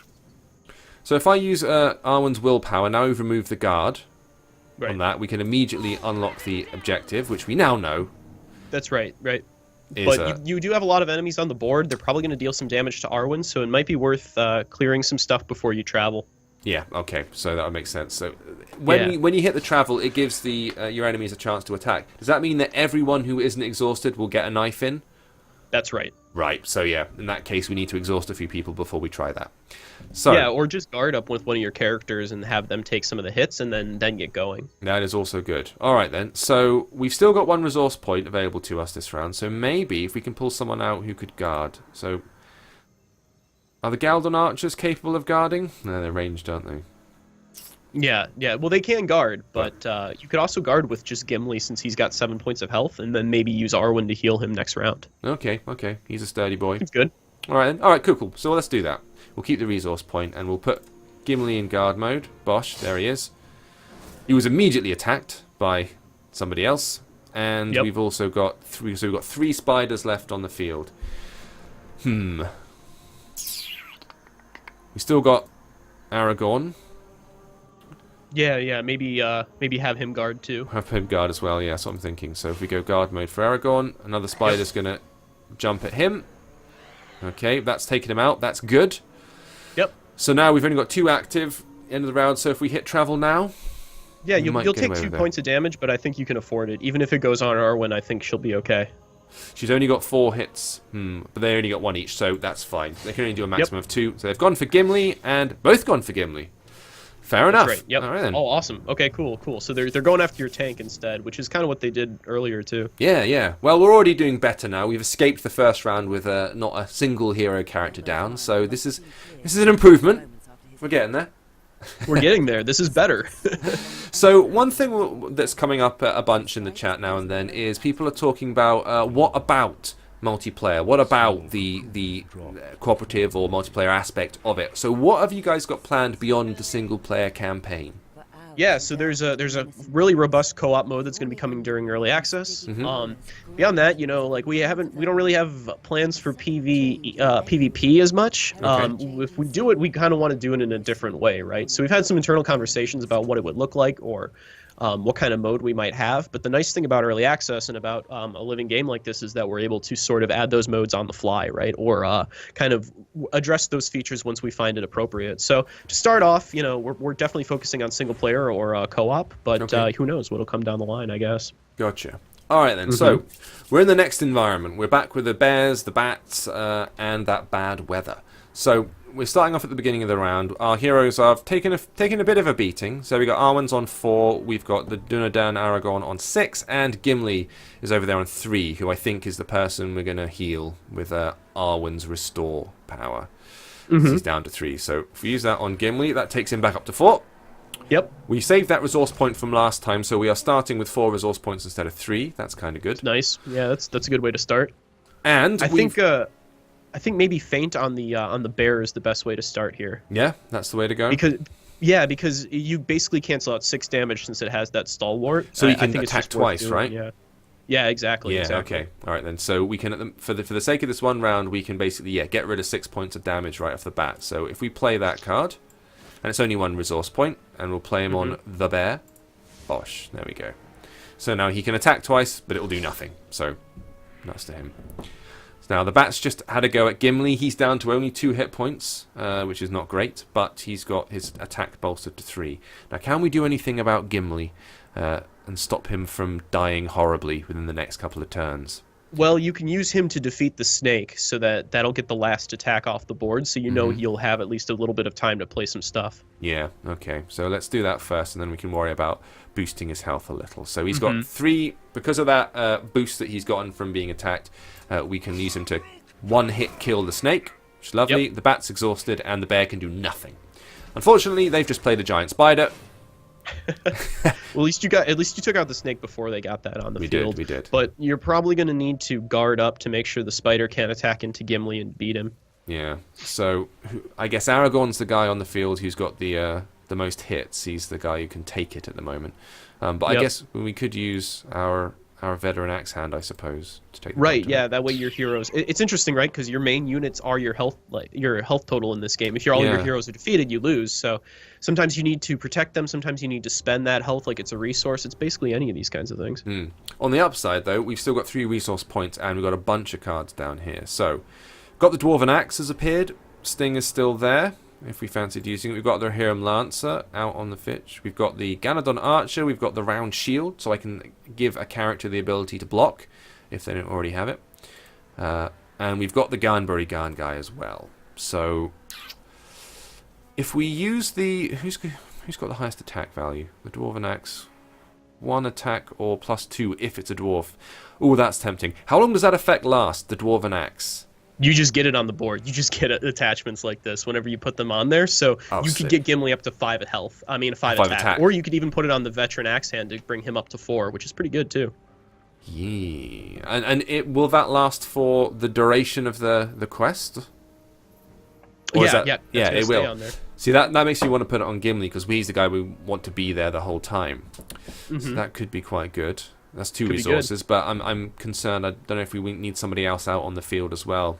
We've got the Archer, who we could play as a ranged character. Yeah, and the Archer, when it arrives, it deals 1, so it could just take out the bats as an arrival effect, which is pretty awesome. I like that. I'm immediately sold by that. So let's take out the bat. Good move. Drop the Archer, and now we're in a 5v2 situation, because I know that they're going to bust out some more spiders or something in a second. I just know it. Kind of get the feeling. Although by doing that and not putting anyone in block like I should have, they did attack Gimli. Oh, you lost him. God. See, that was a tactical misstep. I should have gone ahead and put the guard on first. Yeah, that's one of those things that you really have to protect. Like, how can you use your hero's best every round, basically? Yeah. But there you go. Again, the whole thing is, that's the best thing about failure. It's all success learning, isn't it? That's what it is. Wow, that's wonderful. I'm going to get that hung up in the studio. Well, next to it, it's one of those pictures of a cat hanging on a tree and some... Yeah, it sounds tragic, doesn't it? That's the only way to think about it. That's how you deal with my abject failure. Let's put a positive spin on it. So, right, what we're left with is 4 cards on the board. We've got 2 resource points to go, with the spider has exhausted itself, and the bear still has 0 attack. So, I didn't play that card, that round shield card, and I didn't use the Dwarven Axe either, which could be used on this fellow. To bring the attack up, which would make him formidable and potentially take out that bear in a single hit. Yeah, 4 attack, he just takes out the bear on his own, which is pretty good. I'm liking that, because that bear's going to spring back into life, isn't he, in the next round? Yeah, totally. All Absolutely. right. Okay, let's go with that. We've lost Gimli, but we can still make this work. Bam. So, 2 points gained there to the attack. Out comes the Hive Guardian. Ooh. Yeah, you basically have like a discount Gimli on the board now, right? I'll take it. It's fine. So this guy's now got guard up. So I'm going to use someone to get rid of the guard. Unfortunately, we don't have anyone at the minute who's going to be able to give us more health back. That's the only thing I'm concerned about. Yeah, just Arwen's ability. Yeah, there's nothing in the way of bolstering anyone's hit points, and they're just going to keep ebbing away. Which might highlight a problem with my deck strategy, something to address the next time when you're building a deck. So, but until you play it, you don't know, do you? Yeah, that's right. So, to get rid of the block from this guy, I think this might be a job for the Archer, just to remove the block so I can then get stuck straight into the bear. Yep. That's what I'm feeling. So, let's do that. Bang. Technically, the Archer could have gone behind the block, because they do that. They can circumvent the block attack, but he only had a couple of hit points, so that takes him off the board quickly. I can now use him to attack the bear, because the next round he was going to be able to do 6 points of damage, and that would really, really be bad. So that's exhausted all the enemies for this turn. We've still got Aragorn and Arwen on the field with attacks to go. So Aragorn can take out 1 spider, because he's only down to 2 health. So I think that's probably a good move here, yeah. We can remove him from the board, so let's go ahead and do that. Yep. We're out of resource points, so that's the best we can do. And so that leaves Arwen, who can either use 1 attack in order to, take a single point off the spider or something, or she can start dealing with the down a tree with her willpower, which is probably more sensible. However, yeah, I think that's a good call. So Watchers in the Dark has just been played. Oh, so yeah, he's gonna be able to increase your threat by 1 with this Yeah. card. It's a 0 cost. We put a bunch of 0 cost cards in Sauron's deck because, as you can see, you can track his resources, but you can track the number of cards in his hand too. Okay. So we wanted to kind of feel like he could trick you into thinking he doesn't have anything to play by having 0 resources. You know what I mean? Gotcha. Okay then. Yeah, yeah. So you've got people chiming in the things here saying Senior Watashi saying it looks so good. That's a nice comment to have.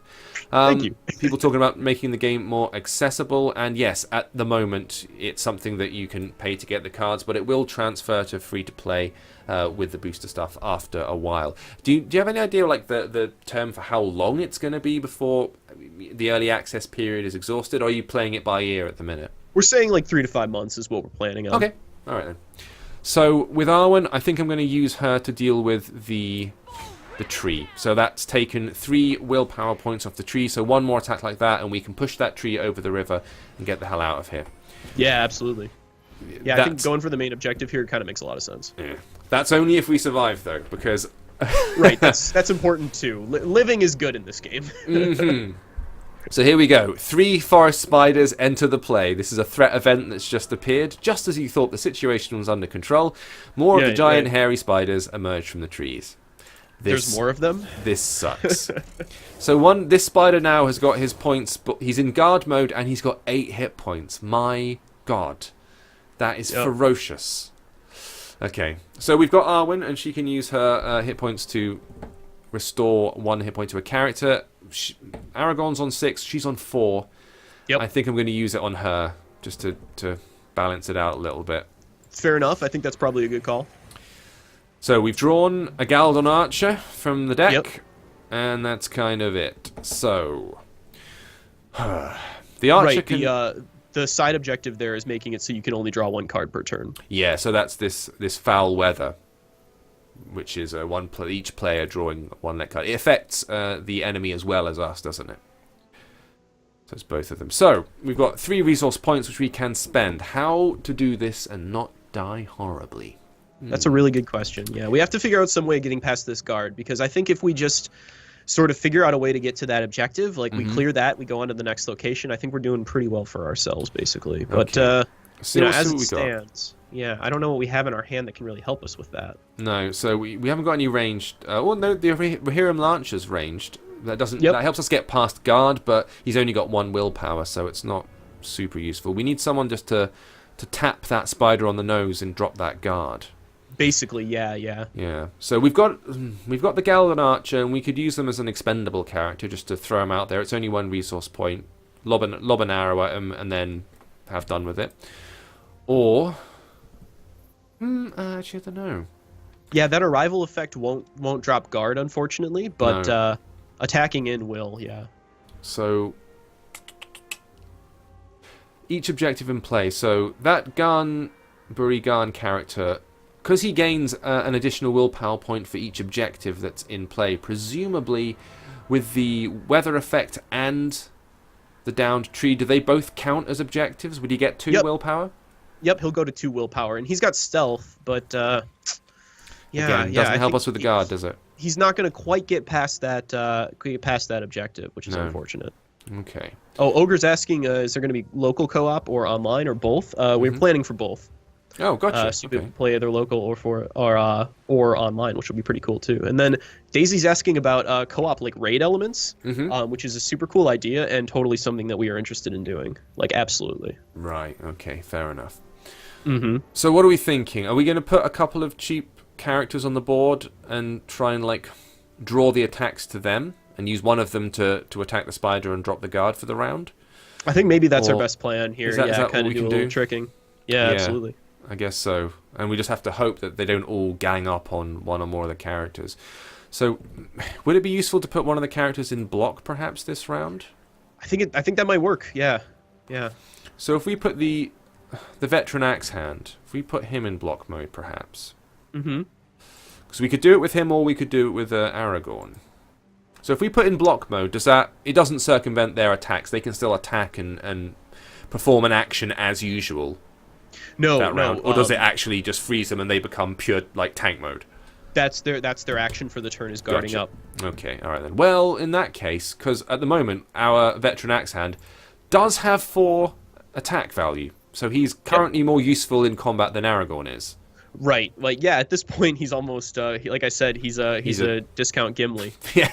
So if we use Aragorn as he's currently got 6 hit points, let's block him up. Let's make him the blocker for the round. Yes, I think we'll take the gamble. We'll do that. So okay, he becomes, sure, let's do it. He becomes block. He's taken 2 hits, but it's good. It's knocked out one of the spiders who's in block mode. That solved our problem immediately. Nice. Okay, cool. So now we have Arwen who can just go right for the objective, right? Straight in, yeah. So we can use her straight over to the objective. That worked out in our favour. So now we've knocked the tree down, and it gives us the option to travel. But we want to try and exhaust as much of the rest of the board before that happens. Right, right. So, or at least get some of that damage reduced, because it might go right to Aragorn and beat him. We lost our axe hand too, which is pretty unfortunate too. That's a bummer, because he had the manpower. Yeah. But we have still got 3 resource points, so we could put some bodies on the field.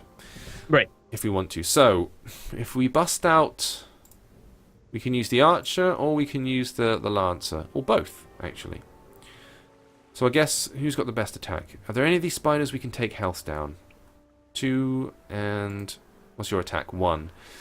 So if we played both the Rohirrim Lancer and the Archer, we could take one of the spiders' attacks, one of the spiders down to 3 points, but it still wouldn't eliminate them. That's problematic. So I have a nasty feeling that if both the spiders decide to pounce on Aragorn, then he's gone when we try and leave. Mm-hmm. That's not good. And even if we bust out both the Lancer and the Archer, then it's still not enough to kill one of the spiders. Mm-hmm.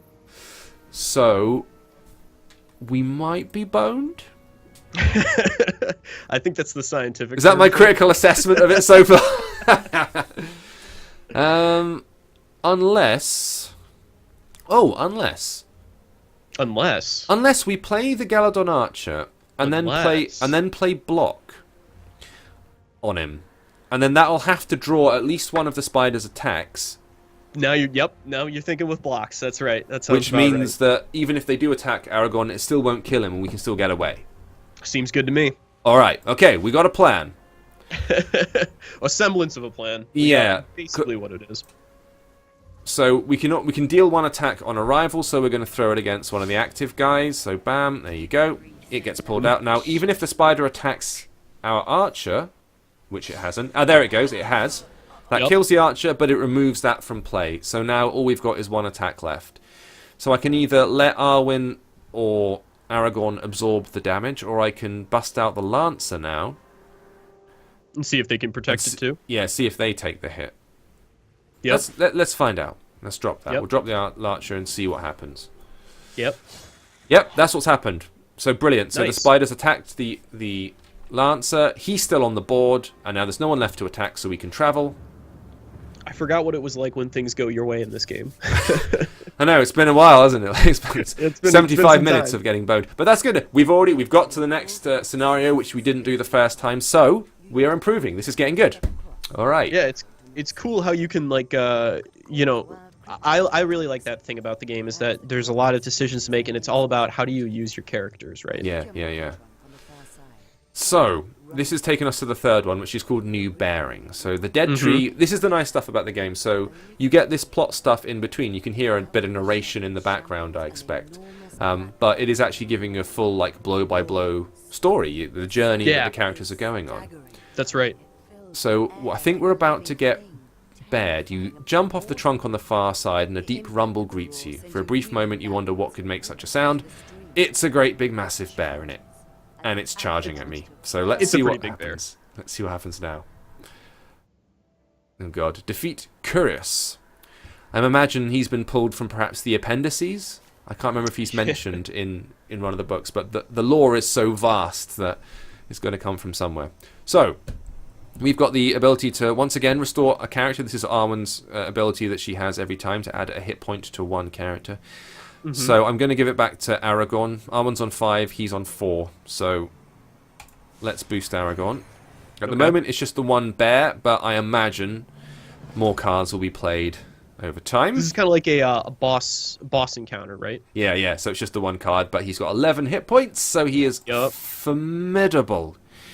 Oh god. Okay. I think maybe throw the guard out there just to absorb his attack, and then just start laying into him is the best strategy. All right then. So yeah, who can we put? We've got the guard of the Citadel here, haven't we? Yep. So let's get him out. And he'll come in. He'll come with guard already activated, which is pretty awesome too. Excellent. All right then. So he drops straight in there. Guard has appeared. Brilliant. So the bear has to attack him, which he's done. This bear doesn't have 2 attacks around. I'm delighted to say. So it's a little bit different. He's eliminated our guard, but he's now been exhausted for the round, and he's also lost a hit point, so that worked out pretty well. We've still got 2 resources. We can either hang on to it.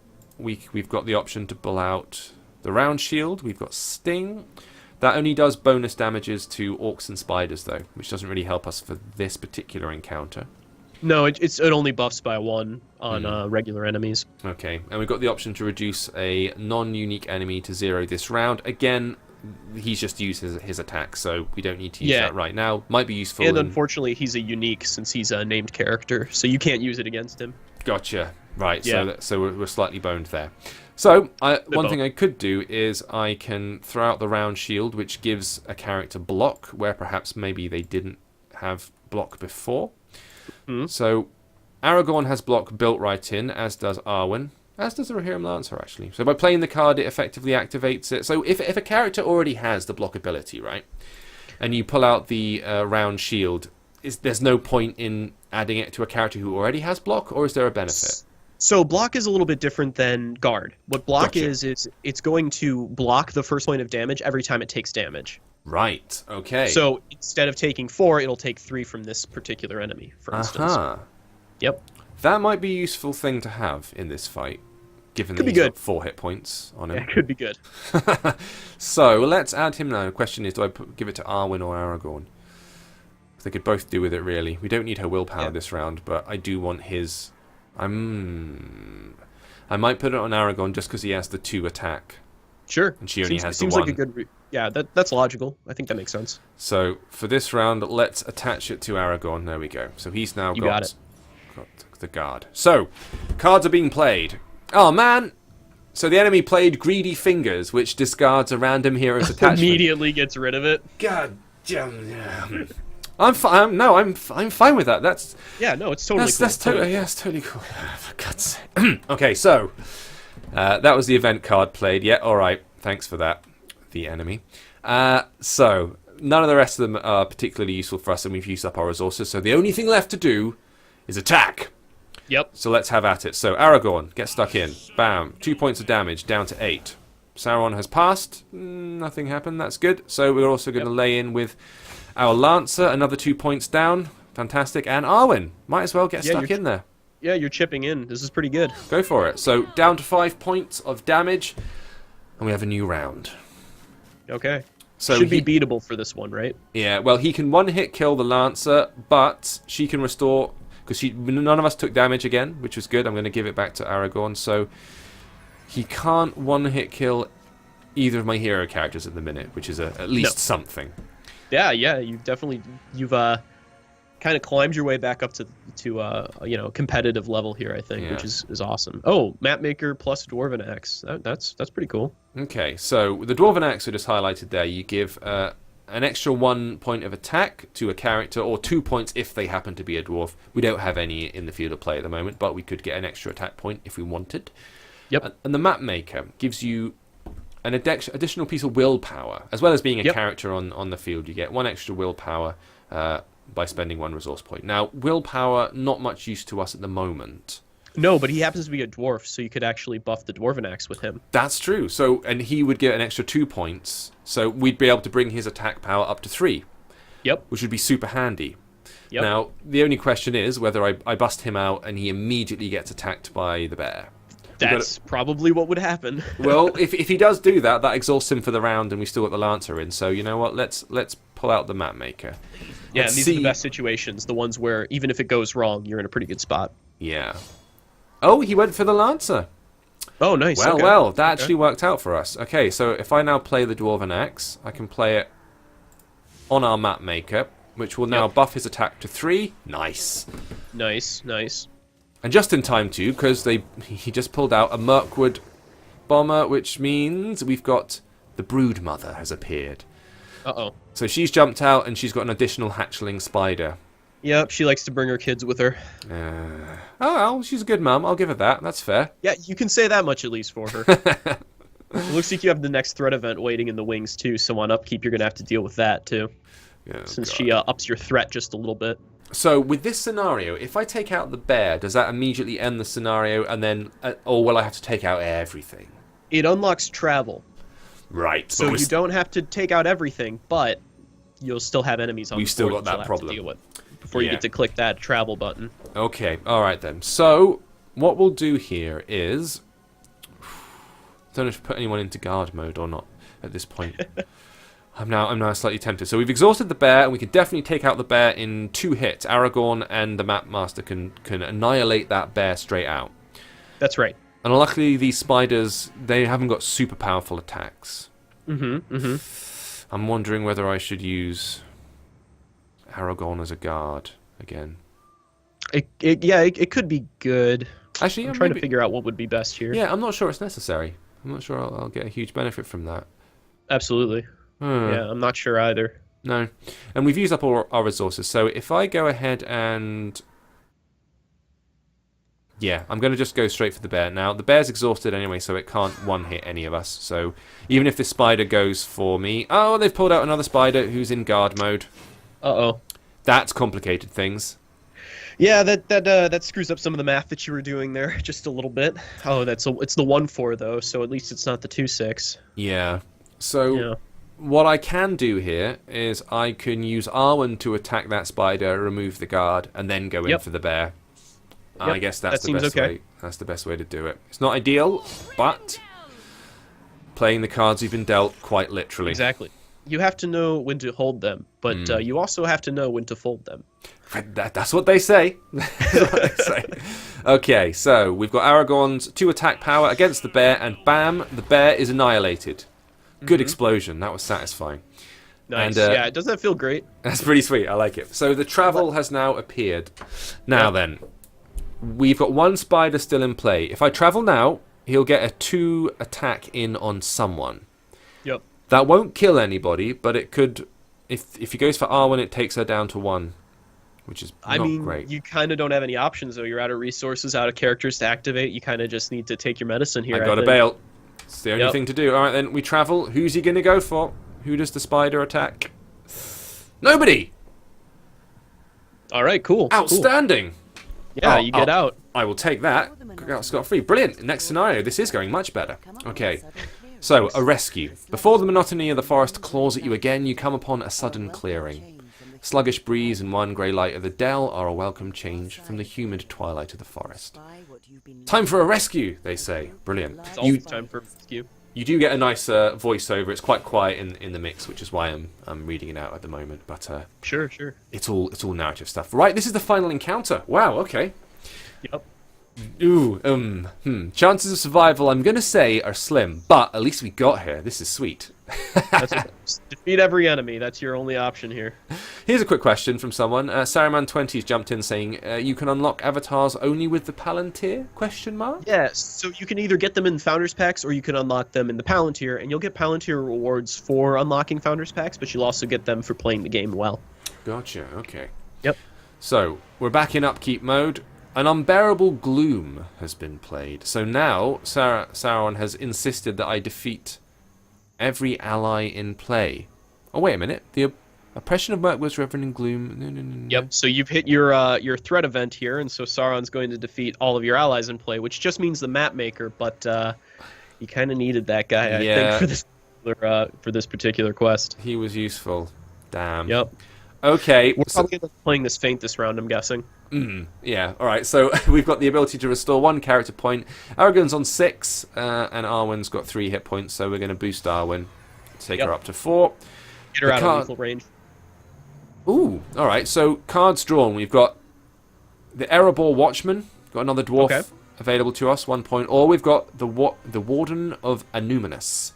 Yeah, so Warden's an interesting card because he has Surge, which means that after you play him, you get to take another action. Yeah, and play him again. Kind of like the bear Yeah, was doing that time. It's a little different because when you play him from your hand, you can either activate him or do another ability, whatever you want to do. But right. So it works a little bit differently, but it's still pretty powerful, right? So. Okay.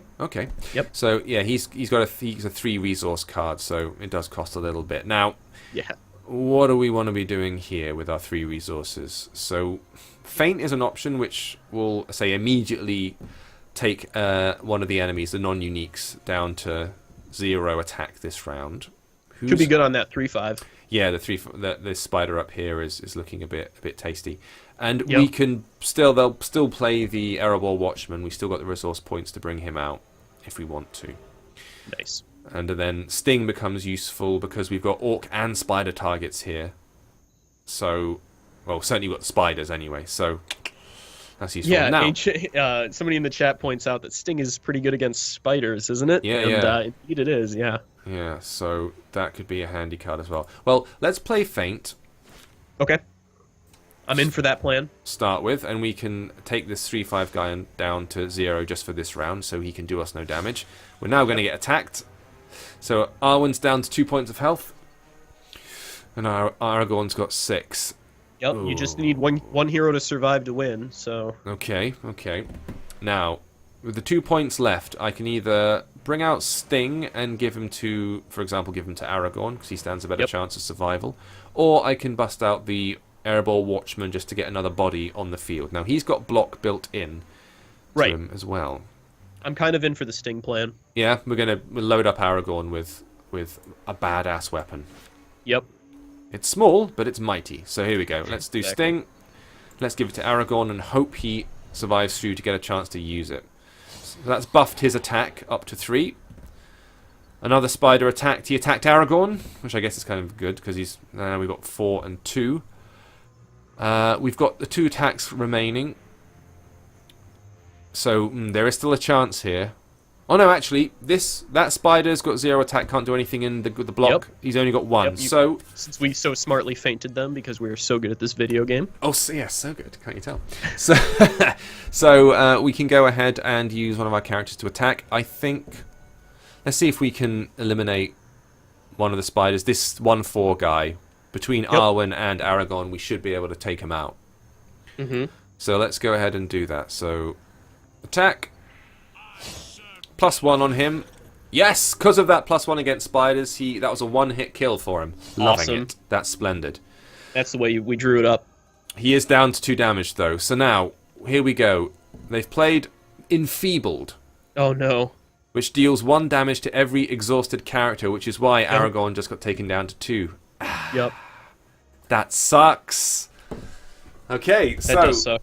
We now have just 2 points of health on each of them, which means that when we end this phase and someone starts attacking, characters are going to drop. Damn. Alright, well, again, got to take our medicine. Now, the one thing we haven't mentioned in this scenario is up here, the Thrashing Cocoon. From playing the game during the beta phase, I was familiar with what this is. So, a thick cocoon wildly jerks from side to side, slash at the strands to free the occupant. Yep. So there's somebody in here, and that somebody, from my experience, is usually quite an important character. Sometimes, yeah. Rather than just a random grunt. So that's a 7 willpower number. We're looking for Bilbo, so there's probably a pretty good chance, right? Yeah. So I can either use that to try and attempt to unlock Bilbo, though it will take at least 2-3 rounds to do that, and frankly I don't know how long we've got left. Or I can use her 1 attack to just chip away at one of these spiders. Yeah, what do you think? I don't know, man, because I just feel like the next round, because all the spiders have like at least 2 attacks, so it's going to be a 1-hit kill, even with Arwen bolstering one of us, so we'll get one of them back up to 3. Yeah, maybe if we put the 1 damage on the 0/5 spider, then Aragorn will be able to take it out in a single hit. And then next turn, our plan is going to be to play the Warden, immediately attack into the guard to drop guard, and then open that avenue up for Aragorn. So it'll take a little bit of luck, but maybe that'll be enough. Yeah, it depends on them not immediately attacking Aragorn in the next turn, doesn't it? Yep. Okay, all right then. Well, let's give it a go. So we're going to attack the 0/5 spider, and then see see what happens. Mm-hmm. For Rivendell, she says. Okay, here we go. Here's the next one. They play Driven by Shadow, which adds 2 attack to this spider over here. So now they've got 4 that's attack. Pretty good. Yeah, that sucks. Yep. So we're going to play the upkeep over here. So we're going to restore... We're wanting... Basically, Aragorn's the most powerful character out of the 2 of them at the minute. So we're going to give him an extra hit point. But that spider can take him out in 1 hit still. Yep. So let's do it. Upkeep. We can only hope that we don't immediately get battered. We've drawn... Oh, wow. We've drawn 2 warrior swords. Okay. So that gains attack and costs 0 resources. Now, a character can only have 1 weapon at a time, so Aragorn's already holding Sting, so you could put it on Arwen, or you could hold off on playing it. Okay. Now, when I play the attack cards during this adventure phase, when I'm playing the attack cards, will that immediately invite an enemy retort when I play them? That's right. Every time you take an action, Sauron gets to take an action. Yeah, so what I really need to do is work out a way to not have everyone die immediately. Probably play the Warden, and since it has Surge, you can immediately act with it, and so you could either go on guard or attack into the 2/6 for it. Yeah. Okay, let's do that. Let's play the Warden. Seems like it could be okay. So Bosch, he gets played, and then as you say, you can immediately use the Surge action. Yep. And now he plays, so we can immediately use him to batter the block off of this guy. Attack the 2/6, or he can block. You know, you can do either way. That's true, actually. We could use the block, couldn't we? Yep, either way. I just want them to use that... Oh, no. There's 2 spiders here which can do a 1-hit kill on my guys. That's right, yep. That's the problem. Times is hard. They never said this quest would be easy. Times is hard. Alright then. It's offensive or defensive? Your call. Oh, man. I think it's a roll of the dice, so... Yeah, either way, there's potential doom. Let's do defensive. Let's at least survive a turn or 2 longer. So, we got immediately attacked by the 3 attack spider, so that puts him out of play. Which leaves the blocked one on 2 and the other one on 4, so it's the 4 attack now that's the problem. That's right, yeah. So you can either... So you have to deal with one of these guys here. Yeah. Yeah, but really what we wanted was we wanted the guard to attack in, but... and then exhaust himself. That's right, yeah, but it looks like that's not going to be an option. Nope. So even if I play the warrior sword, they'll immediately attack one of the characters, so that's not good. So I guess the only thing left to do is just go down Blaze of Glory? It seems like it. Is that what's going to happen? It feels like that's what's going to happen. Way. Oh, man. Okay. Alright, screw it. Let's just see who we can take out. I can kill the exhausted one. I can take this 4.1 down to 1. Still won't kill him, but still. James, we have our stream starting in 20 minutes here. We certainly do. I'm going to hide my camera real quick and get ready for that, and I'll be right back. So you think you can lose this game on your own? Oh, you believe me. I've got a lifelong experience of losing games. Don't you worry, my friend. You head off. So I'm going to stay on the line, but I'm going to hide my camera and mute my mic. You go for it, man. This is because to do his stream, he has to be nude. So this is just a brief period where he can, remove his clothes in privacy for a little while. I'm back to say don't tell them that. No, you're visible now, man. You can't talk. You've lost speaking privileges. So, hi, everybody. This is just me now, and you get to watch me lose. So what we've been discussing here, just before he's disappeared, is this is going to go on this stream, on this channel, for the next, at least an hour, couple of hours probably, because in 20 minutes' time, I'm going to jump off the stream, and then Luke, who is currently removing his shorts as we speak, is going to take over the stream and carry on, and that means you get to see someone who actually knows how to play the game properly work their way through it. So that's going to be what you're looking forward to. So when it hits 6 o'clock, 7 o'clock my time, 6 o'clock UTC, I forget the acronyms, do not switch off this channel. This will continue and probably get a little bit better in terms of the knowledge and quality of play. So I'm just going to have to let Aragorn or somebody attack this dude, because let's be honest, someone's about to die. And that someone is me. So here we go. Oh, he did get the extra 1 attack boost. Ugh, that's such a shame. There it is. Aragorn's been taken out in 1 hit. We've only got this guy left on the field. We can use the willpower to attack him. But then what immediately happens is the spider attacks me, and that's it. Into the west. She goes back into the west, and a hero falls, bringing the journey to a tragic end. However, that was the last scenario of that particular setup, so we got basically to the end boss for that one, which isn't too bad for the second playthrough, I guess. And we are playing this on normal mode. We haven't set it to easy just because I suck. We're going in both barrels this time, so that was the way that ended. I'm very sorry that we didn't manage to win there. But just before we dive straight back in again.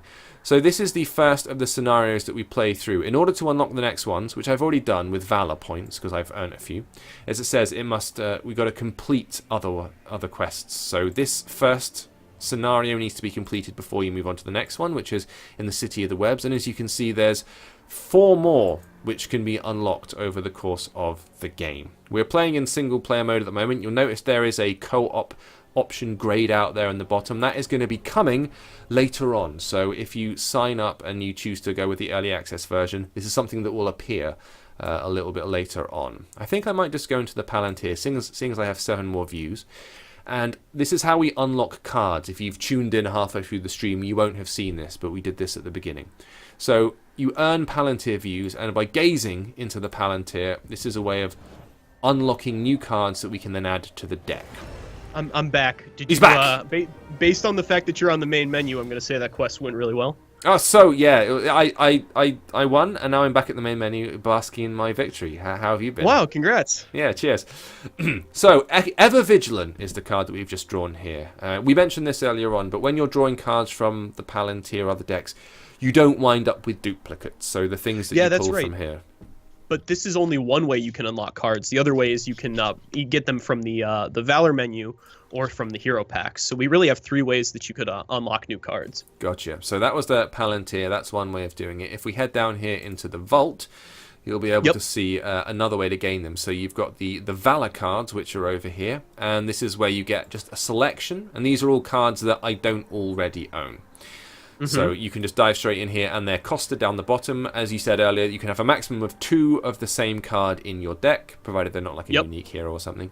And you don't get a bonus for or a discount or anything. They're Pretty awesome, right? I know, a 2-for-1 kind of thing. So they're 750 Valor points or 1,500 for a pair if you want to. So I'm pretty flush with Valor at the minute from the early beta. So I might look into picking. Hey, I might pick up another one here. The Gondorian Shield adds 2 to your health and block. That's pretty badass. Yeah, it does. It's pretty good. But three resources is a lot, but I think it's worth it in a lot of cases. That kicks ass. I like that a lot. Get the Orcs. That's another one of the tactical cards. So deal 2 damage to every Orc in play. Nice. So it's kind of a quest-specific hoser card. You know what I mean? It's very good in some situations, but some situations it's just not. Yeah, it would be useless for us during that first scenario that we've been playing through, but the second one, when the Orcs appear, it would kick ass. So yeah, maybe that's something to get a little later on. Quicker than Sight. Discard the next attachment that Sauron plays. That's interesting. That's only 1 resource point, and we did get regularly boned by those by those attachments that Sauron was throwing in.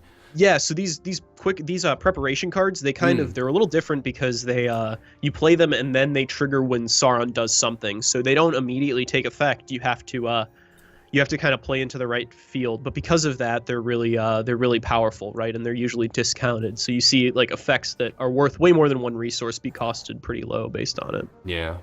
So we've got the Star Brooch here. That gains a Stalwart. Now that's the thing that bear had, wasn't it? Which allowed them to attack, then re-energize and attack again. Yeah, Star Brooch is awesome. That's good. I want that. In fact, I am getting that. I'm having that. 750 Valor points. Some of the spirit cards kind of feel combo-y like this. They have some sort of powerful but narrow effect that you have to kind of navigate your way into using optimally, I guess I would say. Okay. And it probably goes without saying, given what you've seen so far, if you've been watching the stream since the beginning, then hi, or if you just dropped in. But you guys have dug fairly deep into the Tolkien mythos with all this stuff, haven't you? Yeah, absolutely. So we are working with the team at Fantasy Flight Games to sort of produce this stuff. So we get to explore places in Middle Earth and in the lore that don't get explored elsewhere. We've created some original characters like Tom Took. It's awesome. You know, we get to really, for Tolkien fans, you kind of can't get some of this stuff anywhere else, which is really, really cool. I like the cute flavor text that gets thrown in every now and then, the quotes from the different books. That's quite nice. It's awesome, right? I'm always nice to see Glorfindel popping up now and again. Mm-hmm. What a dude. Okay, so we've got a Trollshaw Scout here. 3 points, quite expensive, but 225, not too bad. Noldor Elf, so one of the high super distinguished elven classes. They're the elite top one, so I'm not surprised they're expensive. Will of Steel. Apply a hero's attack point as progress to an objective. This card is my white whale. I want it to work so bad, and I just cannot seem to build a deck that like takes full advantage of it. Really? I want to do cool things with Wheel of Steel, but I haven't been able to do it. And people who watch my stream know how this has been an ongoing quest for myself. Right, that's interesting. Yeah. and the Latmus bread, of course, which is too. You know what? These cards are cheap to buy for Valor points, and B, we have an issue with my deck, I feel, which is that there's nothing there that boosts my hit points, really, apart from Arwen's ability. I think a little healing might help you. A little healing would be super useful, so I'm going to grab the both of them. Yep. I think I can swap out some stuff, because I could really have done with one of those cards during that last scenario, the way that played out. So yeah, that's useful. Again, it really is kind of a reactive thing, isn't it? You play, you see where you get beaten, and then you go and you try and adjust your deck accordingly. Yeah, just like in an RPG, you spec, right? Yeah, exactly. So, as people are talking about in the chat here, that the Luke stream will go live shortly afterwards. So basically, we're just going to hand straight off. So Luke will disappear about, a couple of minutes before the end of my stream, and then when he's active, I am going to host him here. So you'll be able to carry straight on watching him here. You don't need to change your channel. Or if you're on the front of stream, it will be on the Fantasy Flight Interactive Twitch stream channel as well. So, you got your choices there. But it will carry on, so do not bail. I'm the appetizer to this meal.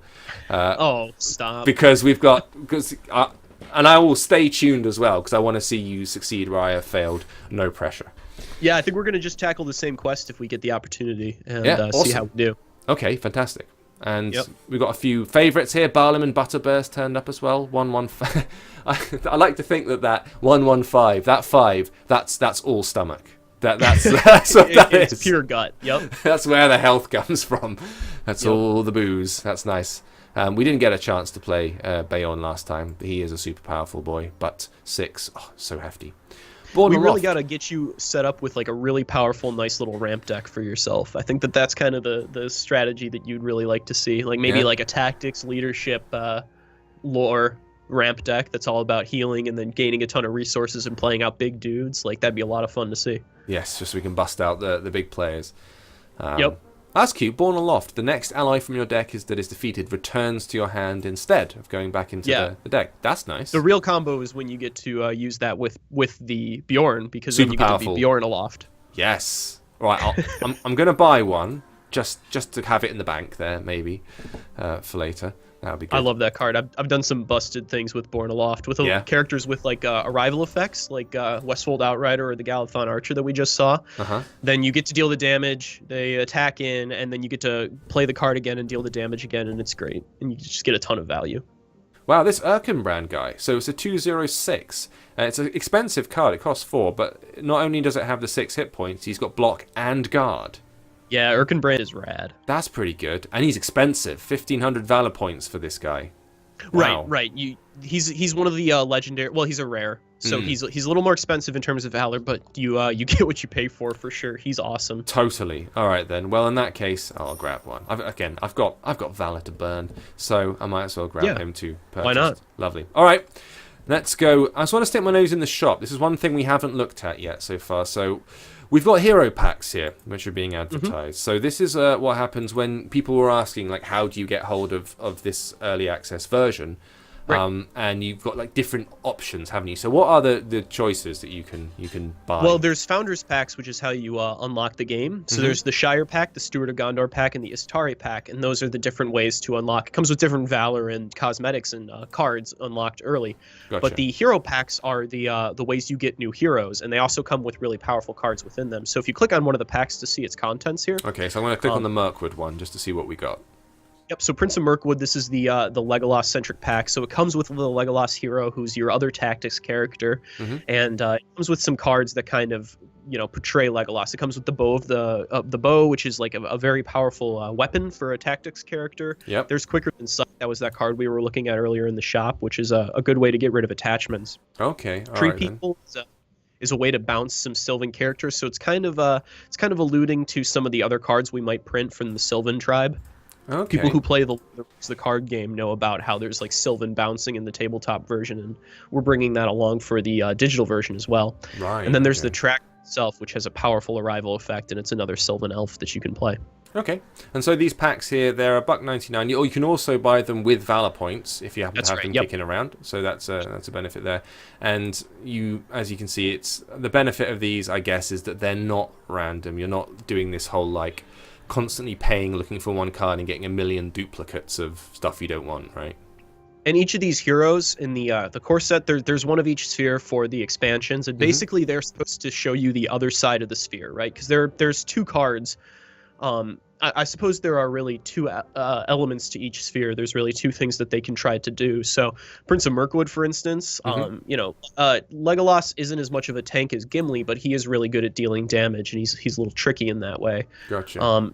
Similarly, Faramir kind of represents how lore is. They're hunters as well as healers. So instead of healing, he draws a ton of cards, and he's pretty good in combat. Okay. And then you got two other options here, which is the Shield Maiden of Rohan, which is going to be Eowyn, isn't it? And yeah, she's a good girl. And a Steadfast Companion. Who are we pulling out? Oh, it's Dwalin! Ah, nice. What a dude. I like Dwalin. Yeah, Dwalin gets more powerful as he takes damage, so he's a very tricky card to work. But we've had a lot of success with him on stream too. Oh, cracking! He's awesome. Superb character, love him. So GC here is asking, so these are the expand cards that we're looking at now. These are the packs we can add. What comes with the core set, like when you fire it up? Once you complete the tutorial, you get 4 core heroes: Aragorn, Arwen, Gimli, and Tom Took. And then you get cards from each of those spheres to kind of get you started. You can build a pretty basic deck, but then from there, you unlock new Valor cards, not for money. You unlock those for Valor points. Then maybe you move forward and you try to unlock one of the heroes you want to play with and give them a shot, and then you just kind of go from there. Okay, so to give you a rough idea, so these are the 4 heroes that we've been given by default: Aragorn, Arwen, Gimli, and Tom Took, as mentioned. And then apart from the cards you just saw me buy, this selection I've got right here is pretty much the base. I've thrown a couple of new ones in, but not loads. So look, this is the kind of the core set that you wind up with, and then you end up with a starter deck here, which is what we first played with, and I did not very well with it. But it gives you this is kind of a broad sweep. I guess this starter deck it's pretty sort of balanced in terms of it's not favouring one particular sphere or the other, really, is it? It's kind of the poo-poo platter, you get to sample a little bit of everything and see what you like. And then if you think, well, yeah, maybe not for me, you can go ahead and build your own deck, the best deck ever, like we did, and then gear it towards a particular tactic or something like that. So that's the way to go around. You learn the strategies you like, but also the game incentivizes you through different challenges and achievements. We try to get you to try different kinds of deck building. And since we're not competitive, we can afford to really make more cards more powerful on the baseline, Yeah. So a lot of the times our more powerful decks, we get to try new strategies, so we get to encourage you to try new things and really express yourself through deck building, which I love about this game. Yeah, that's kind of fun. I'm just going to check on the... I think I'm going to drop the gaining strength in favour of that Latmus bread that we got. Because now I've added that to the cards. Where is it? It's around here somewhere. There we go. Lemmus bread. Bam. I'm going to throw those in to address the healing deficit that we had last time. Yeah, sure. I think Lembus is going to be great for you in this deck. Just to mix it up a little bit. And then I'm just trying to think of what worked last time and what didn't. The Archer's kind of handy. The Erebor Watchman, he was useful because of all that I think dwarf-centric Manadale stuff. gets sideboarded here because Yeah. he just doesn't with only one attack. I think that maybe he's just not doing enough on the board. That's fair. That's fair. Okay, we can ditch him. And what did we just purchase? What are those nice new cards that we got? Advanced Warning Beyond. We had Shield, Self-Preservation. Erkenbrand. I keep forgetting Tom Bombadil's in there. Yeah, we got the Erkenbrand, didn't we? Where did that get thrown in? I remember lots of people. Tom's awesome too. He's such a kind of fan favorite, isn't he? People, because he's a bonkers character, really. It's nuts. It's so nuts that he exists. He just turns up and sings some songs and then buggers off, and that's it. It's a complete just side quest.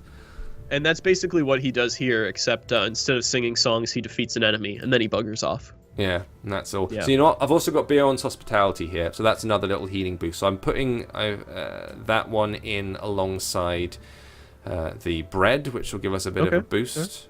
Seems good. And we've also added the Erkenbrand for the aggression of it all, because he's a powerful one. 206 with blocking for guard. the aggression of it all. That's perfect. Why not? Why not? Okay, so a slight modification there, and a new deck saved, which is just pretty good. I like that. I'm going to just launch straight into attacking this anyway, but if you are watching at the moment, we're about to do the switchover, the silent switchover. So I'm going to carry on playing here for a spell, and at some point, Luke's going to dip out, and he's going to head over to the official FFI channel, which is currently hosting this stream at the moment. Then I will be leaving you in his more capable hands for the next, well, basically however long you can take, my friend. That's right. Yep. So we'll see how it goes. You're going to go and go. So I'm going to fire up this this thing and just see how long I can last for the next 5 or 10 minutes. So whenever you need to duck out, just let me know. Okay, yep, I think I'm going to have to leave you now, James. Cool, all right as then. much fun as I've had here, I think we're going to have to start getting ready here. Well, man, I massively appreciate the instruction that you've given me. We got much further the second time, nearly to the end. Of course, my pleasure. So it was pleasure. super useful. And I will be paying attention to your stream when we swap over in about 5-10 minutes. So sounds good to me. Best of luck with it and the launch and Thank everything you. else. And I'm Thank sure we'll you. be much streaming. appreciated. We will stream again in the not too distant future, I'm sure. Yeah, let me know. I'm always available, so nice one. I'm always here to help out. All right, then. Well, take it easy. Best of luck, and I'll speak to you soon. Have a good one. Bye-bye. And now I am going to go ahead and try and deal with this. So his screen's going to go blank for a few seconds. In fact, I'm going to just go ahead and pull him out of the little thing. Otherwise, you're going to wind up with a bunch of random text, I expect. Oof, there we go. So we've got now a transparent slot, and I will walk you through the beginning. So we've got a few more questions popping up here. How do you plan to get co-op play into this? Is it alternating turns or what? I think it's going to be similar to the way that you would do it in the board game if you're playing co-op, but that's something they are going to work into the next bit. So you have the option of paying $2 to unlock Krogon Massive Booger's Saying, or unlock it without Valor. So yes, you can earn Valor through play, and that means you won't have to purchase it. Or you can just go ahead and get those cards if you want to get them. So this is going to be my starting hand. See, the Erkenbrand's no use to me because I'm not going to get 4 resource points that early on, so we're going to get rid of that one. The other ones, the Lemmus Bread, I want that there. That's kind of useful. I'm going to lose Garn Brunny Garn, and we're going to see if we get replaced with 2 cheaper cards. Warrior Sword and the Galdan Archer, that'll do me. That's great. So, we're back to the top here to defeat the enemy. Did they show a Valor point cost of cards based on rarity? Yeah, so I don't think they counted them, as in I don't think it had like rare or, you know, normal, whatever, written above them, but you can identify it by the cost that's listed in Valor. So yeah, some cards were 375, some were 700, one was 1500 on its own, so it gives you an idea. 1500's for rare. And they're thinking maybe legendary 3000, according to Kongor, so there you go. At work, plan on getting it when I get home, says GC Hero. Nice. Commitments. Good to have goals. Important goals. So, let's start off with this thing. 2 spiders in block mode at the moment. Ooh, so we need to eliminate the block from the 2 of them. I am not going to lose guys immediately. I'm just going to check what the Dunedain letter is, which is +1 hit point and then gain stealth this round. That's kind of useful, but I think we're probably maxed out on health, so there's no need for that. What we want to do is immediately take out some of these spiders. So 6, 4, 4, and 3. So we can at least take out this 3 guy by using Gimli. And Gimli will get boosted to 3 the moment someone else gets attacked. So we can definitely take out at least one of these spiders this round. That's what I'm thinking. The warrior sword gives you 1 extra attack as a weapon. I am going to give that to one of my characters. In fact, I'm going to give it to Aragorn, I think. Yes, that's what I'm going to do. So give Aragorn 3 attack permanently. Bam, that's a useful boost. Now I'm going to get attacked by the block guy. However, that's eliminated his block, which is good news for us. So we can get through to the objective. Arwen needs to be used for that objective over there. I've got Letmus bread now that I can use to heal allies, so I'm not quite so worried about getting battered at this point. So I can pull out a Galdon Archer in order to try and knock the block off this guy, which is tempting because he's got 6 attack. In fact, I will do that. So the Galdon Archer gets to put into play. Because they're an archer, this guy is able to deal 1 damage immediately upon landing. So we're going to throw it at this guy because he's got far too many hit points with 6. I'm not happy with that. There we go. So he's got shot. Oh, and immediately taken out by the other guy. Irritating. But we're able to take 1 point off of that dude at the end. GC Hero says, don't mind grinding for content, just depends on how hard the grind is. And that is the thing with all games that are based on a free-to-play economy. It is all a balance. And we've seen, I work in mobile primarily, so I work on AppSpy, the YouTube channel. If you want to go ahead and follow that, we do exclusively mobile game reviews. So most of the games that we play with Asmodee over here on the Twitch stream have mobile versions, either out already or coming out. So we do tips and reviews for them. Plus, we just cover all the general, games that are available. And Pocket Gamer, which is the sister site for that, where we remove all, all mobile games. And, of course, mobile games is where the kind of free-to-play thing really took hold. And a lot of people, understandably, take issue with free-to-play and the way that it works, because people can do it well, people can do it kind of cynically. It doesn't have to be bad, but some games have given it a very bad reputation, I think, is the way. So it's a case of making it so that people can just earn stuff reasonably. And if you go ahead and buy a whole bunch of stuff, it doesn't make you massively OP compared to everyone else who's just playing regularly. So that's the kind of thing where, put it in early access for a bit, and then you can balance it and all that kind of stuff. So hopefully shouldn't be a problem. Now, we need to get rid of this guy's block so Arwen can attack her. So Gimli, my man, gets stuck straight in. Naturally, he's Scottish, as you can hear. And that's taken him down to 2, which means I can use Aragorn straight up to kill that fool. Yes. I can take out him or him. Who's got the bigger attack? No one. Actually, I don't want to waste the 3, because I'm effectively losing 1 point of attack if I take him out, so I'm going to use it on him. So I can one-hit kill that fool. Bring it. Who's next? Fine. Arwen, I'm going to drop her in to take the 3 points off of my objective, using her willpower. He's thrown in, and there we go. Job done. 2 resource points left. And I can, technically, use the Letmus bread, which restores 2 to a character and immediately readies them. Right, that's super useful. I'm using that next round. Cool, we're going to go ahead and end the phase. Now then, as the Gravecrawler says, it's not a co-op game, it's 1v1 primarily, and it's a 1v computer. It's not a PvP game. It is a narrative game. This is the reason they're using the Lord of the Rings stuff, it seems, is they really want to pull on the narrative of the whole thing. It's known as this, this incredible story about a journey. And the idea is it's building the mechanics into an ongoing narrative so that when we move to the next campaign bit, when we move to the next stage in this, our characters are still damaged from the game before because they've gone through that journey. Which is kind of nice. It's a way of building an actual feeling that the thing that happened in the last scenario, if you like, in the glade, affects the way you deal with things at the river. So that's quite a nice way of doing it.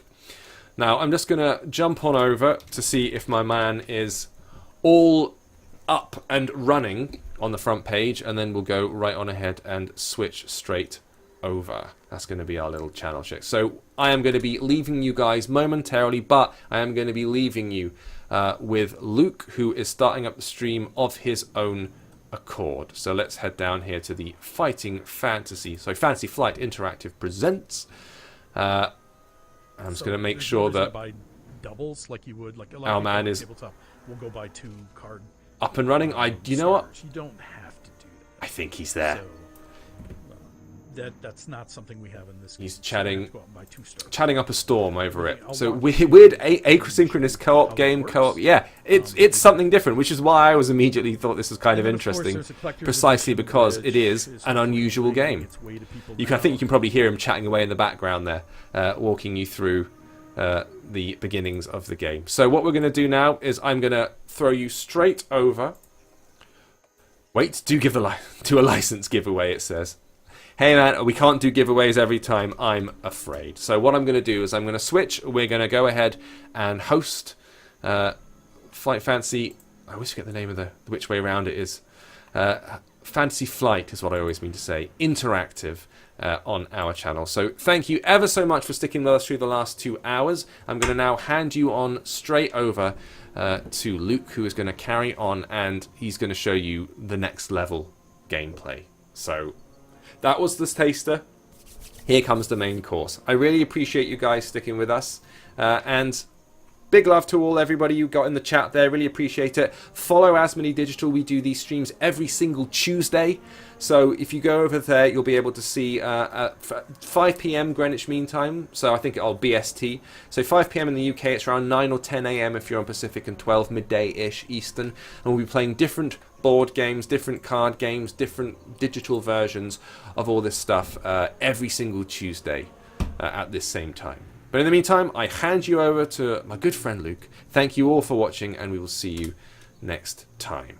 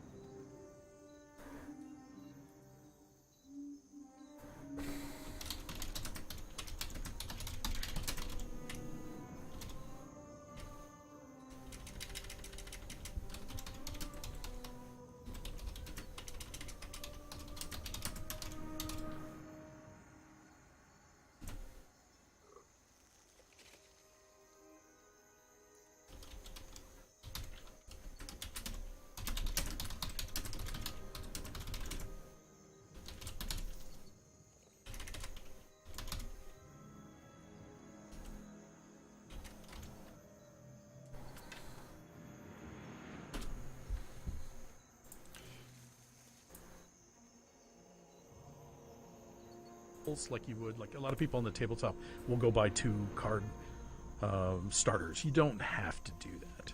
So that's not something we.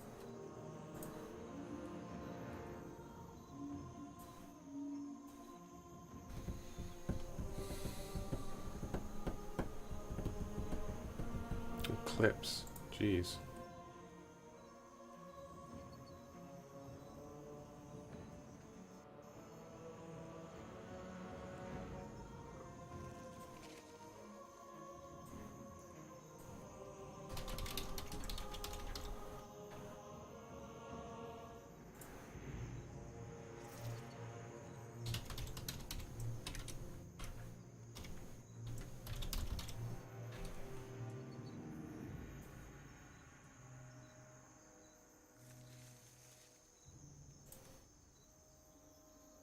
questions, anything you want to run by us, definitely drop those in the chat, and we should be able to help you out.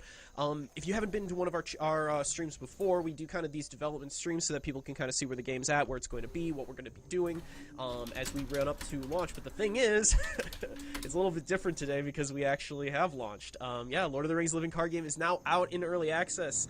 You can get access to the game now as we speak, so if you have not done so and you are interested, definitely run over there and check it out. But I thought it would be cool if we could do another launch day stream, see where it's at, kind of play a little bit, and go from there, because there's been so much stuff that we've been putting together to get this game off the ground. It's been so exciting, quite a process, and now here we are. And the thing is, though we've been doing these development streams, you know, we've been checking out the thank you for everybody who's saying congrats on the shipping. I very much appreciate it. Though we've been doing these streams, it's been work in progress, and basically what we have now is so different from what we had in the past. The entire campaign has been revamped from the ground up, and it is a little bit more narrative based. It's got a lot more to it, and I'm so excited to jump in and kind of talk a little bit about some of the direction that we took it and where it is now. You know, a lot of stuff that we haven't gotten to play at all I get to show. Thanks for joining us, Theron. I appreciate. I'm glad to hear that you enjoy it. So, I think what we're going to do is we're going to jump in, and in the grand tradition of the Fantasy Flight interactive streams, I'm going to jump in with this incredibly janky deck and lose pretty quickly, and then we're going to probably rebuild from there. But if you were on the stream for Asmodee Digital, you kind of saw me and James were working our way through the first quest. We're going to try that first quest one more time with the deck that I personally put together for it, and we'll see how it goes. You guys want to take a look at that before we get started? We can do that. So I built using some of the base cards here. Look forward to seeing you succeed where I failed. Yeah, we'll find out. Lone Gunman's asking, is it based on the board game? So we're kind of thinking of them as like cousins, right? So it's Lord of the Rings, the card game.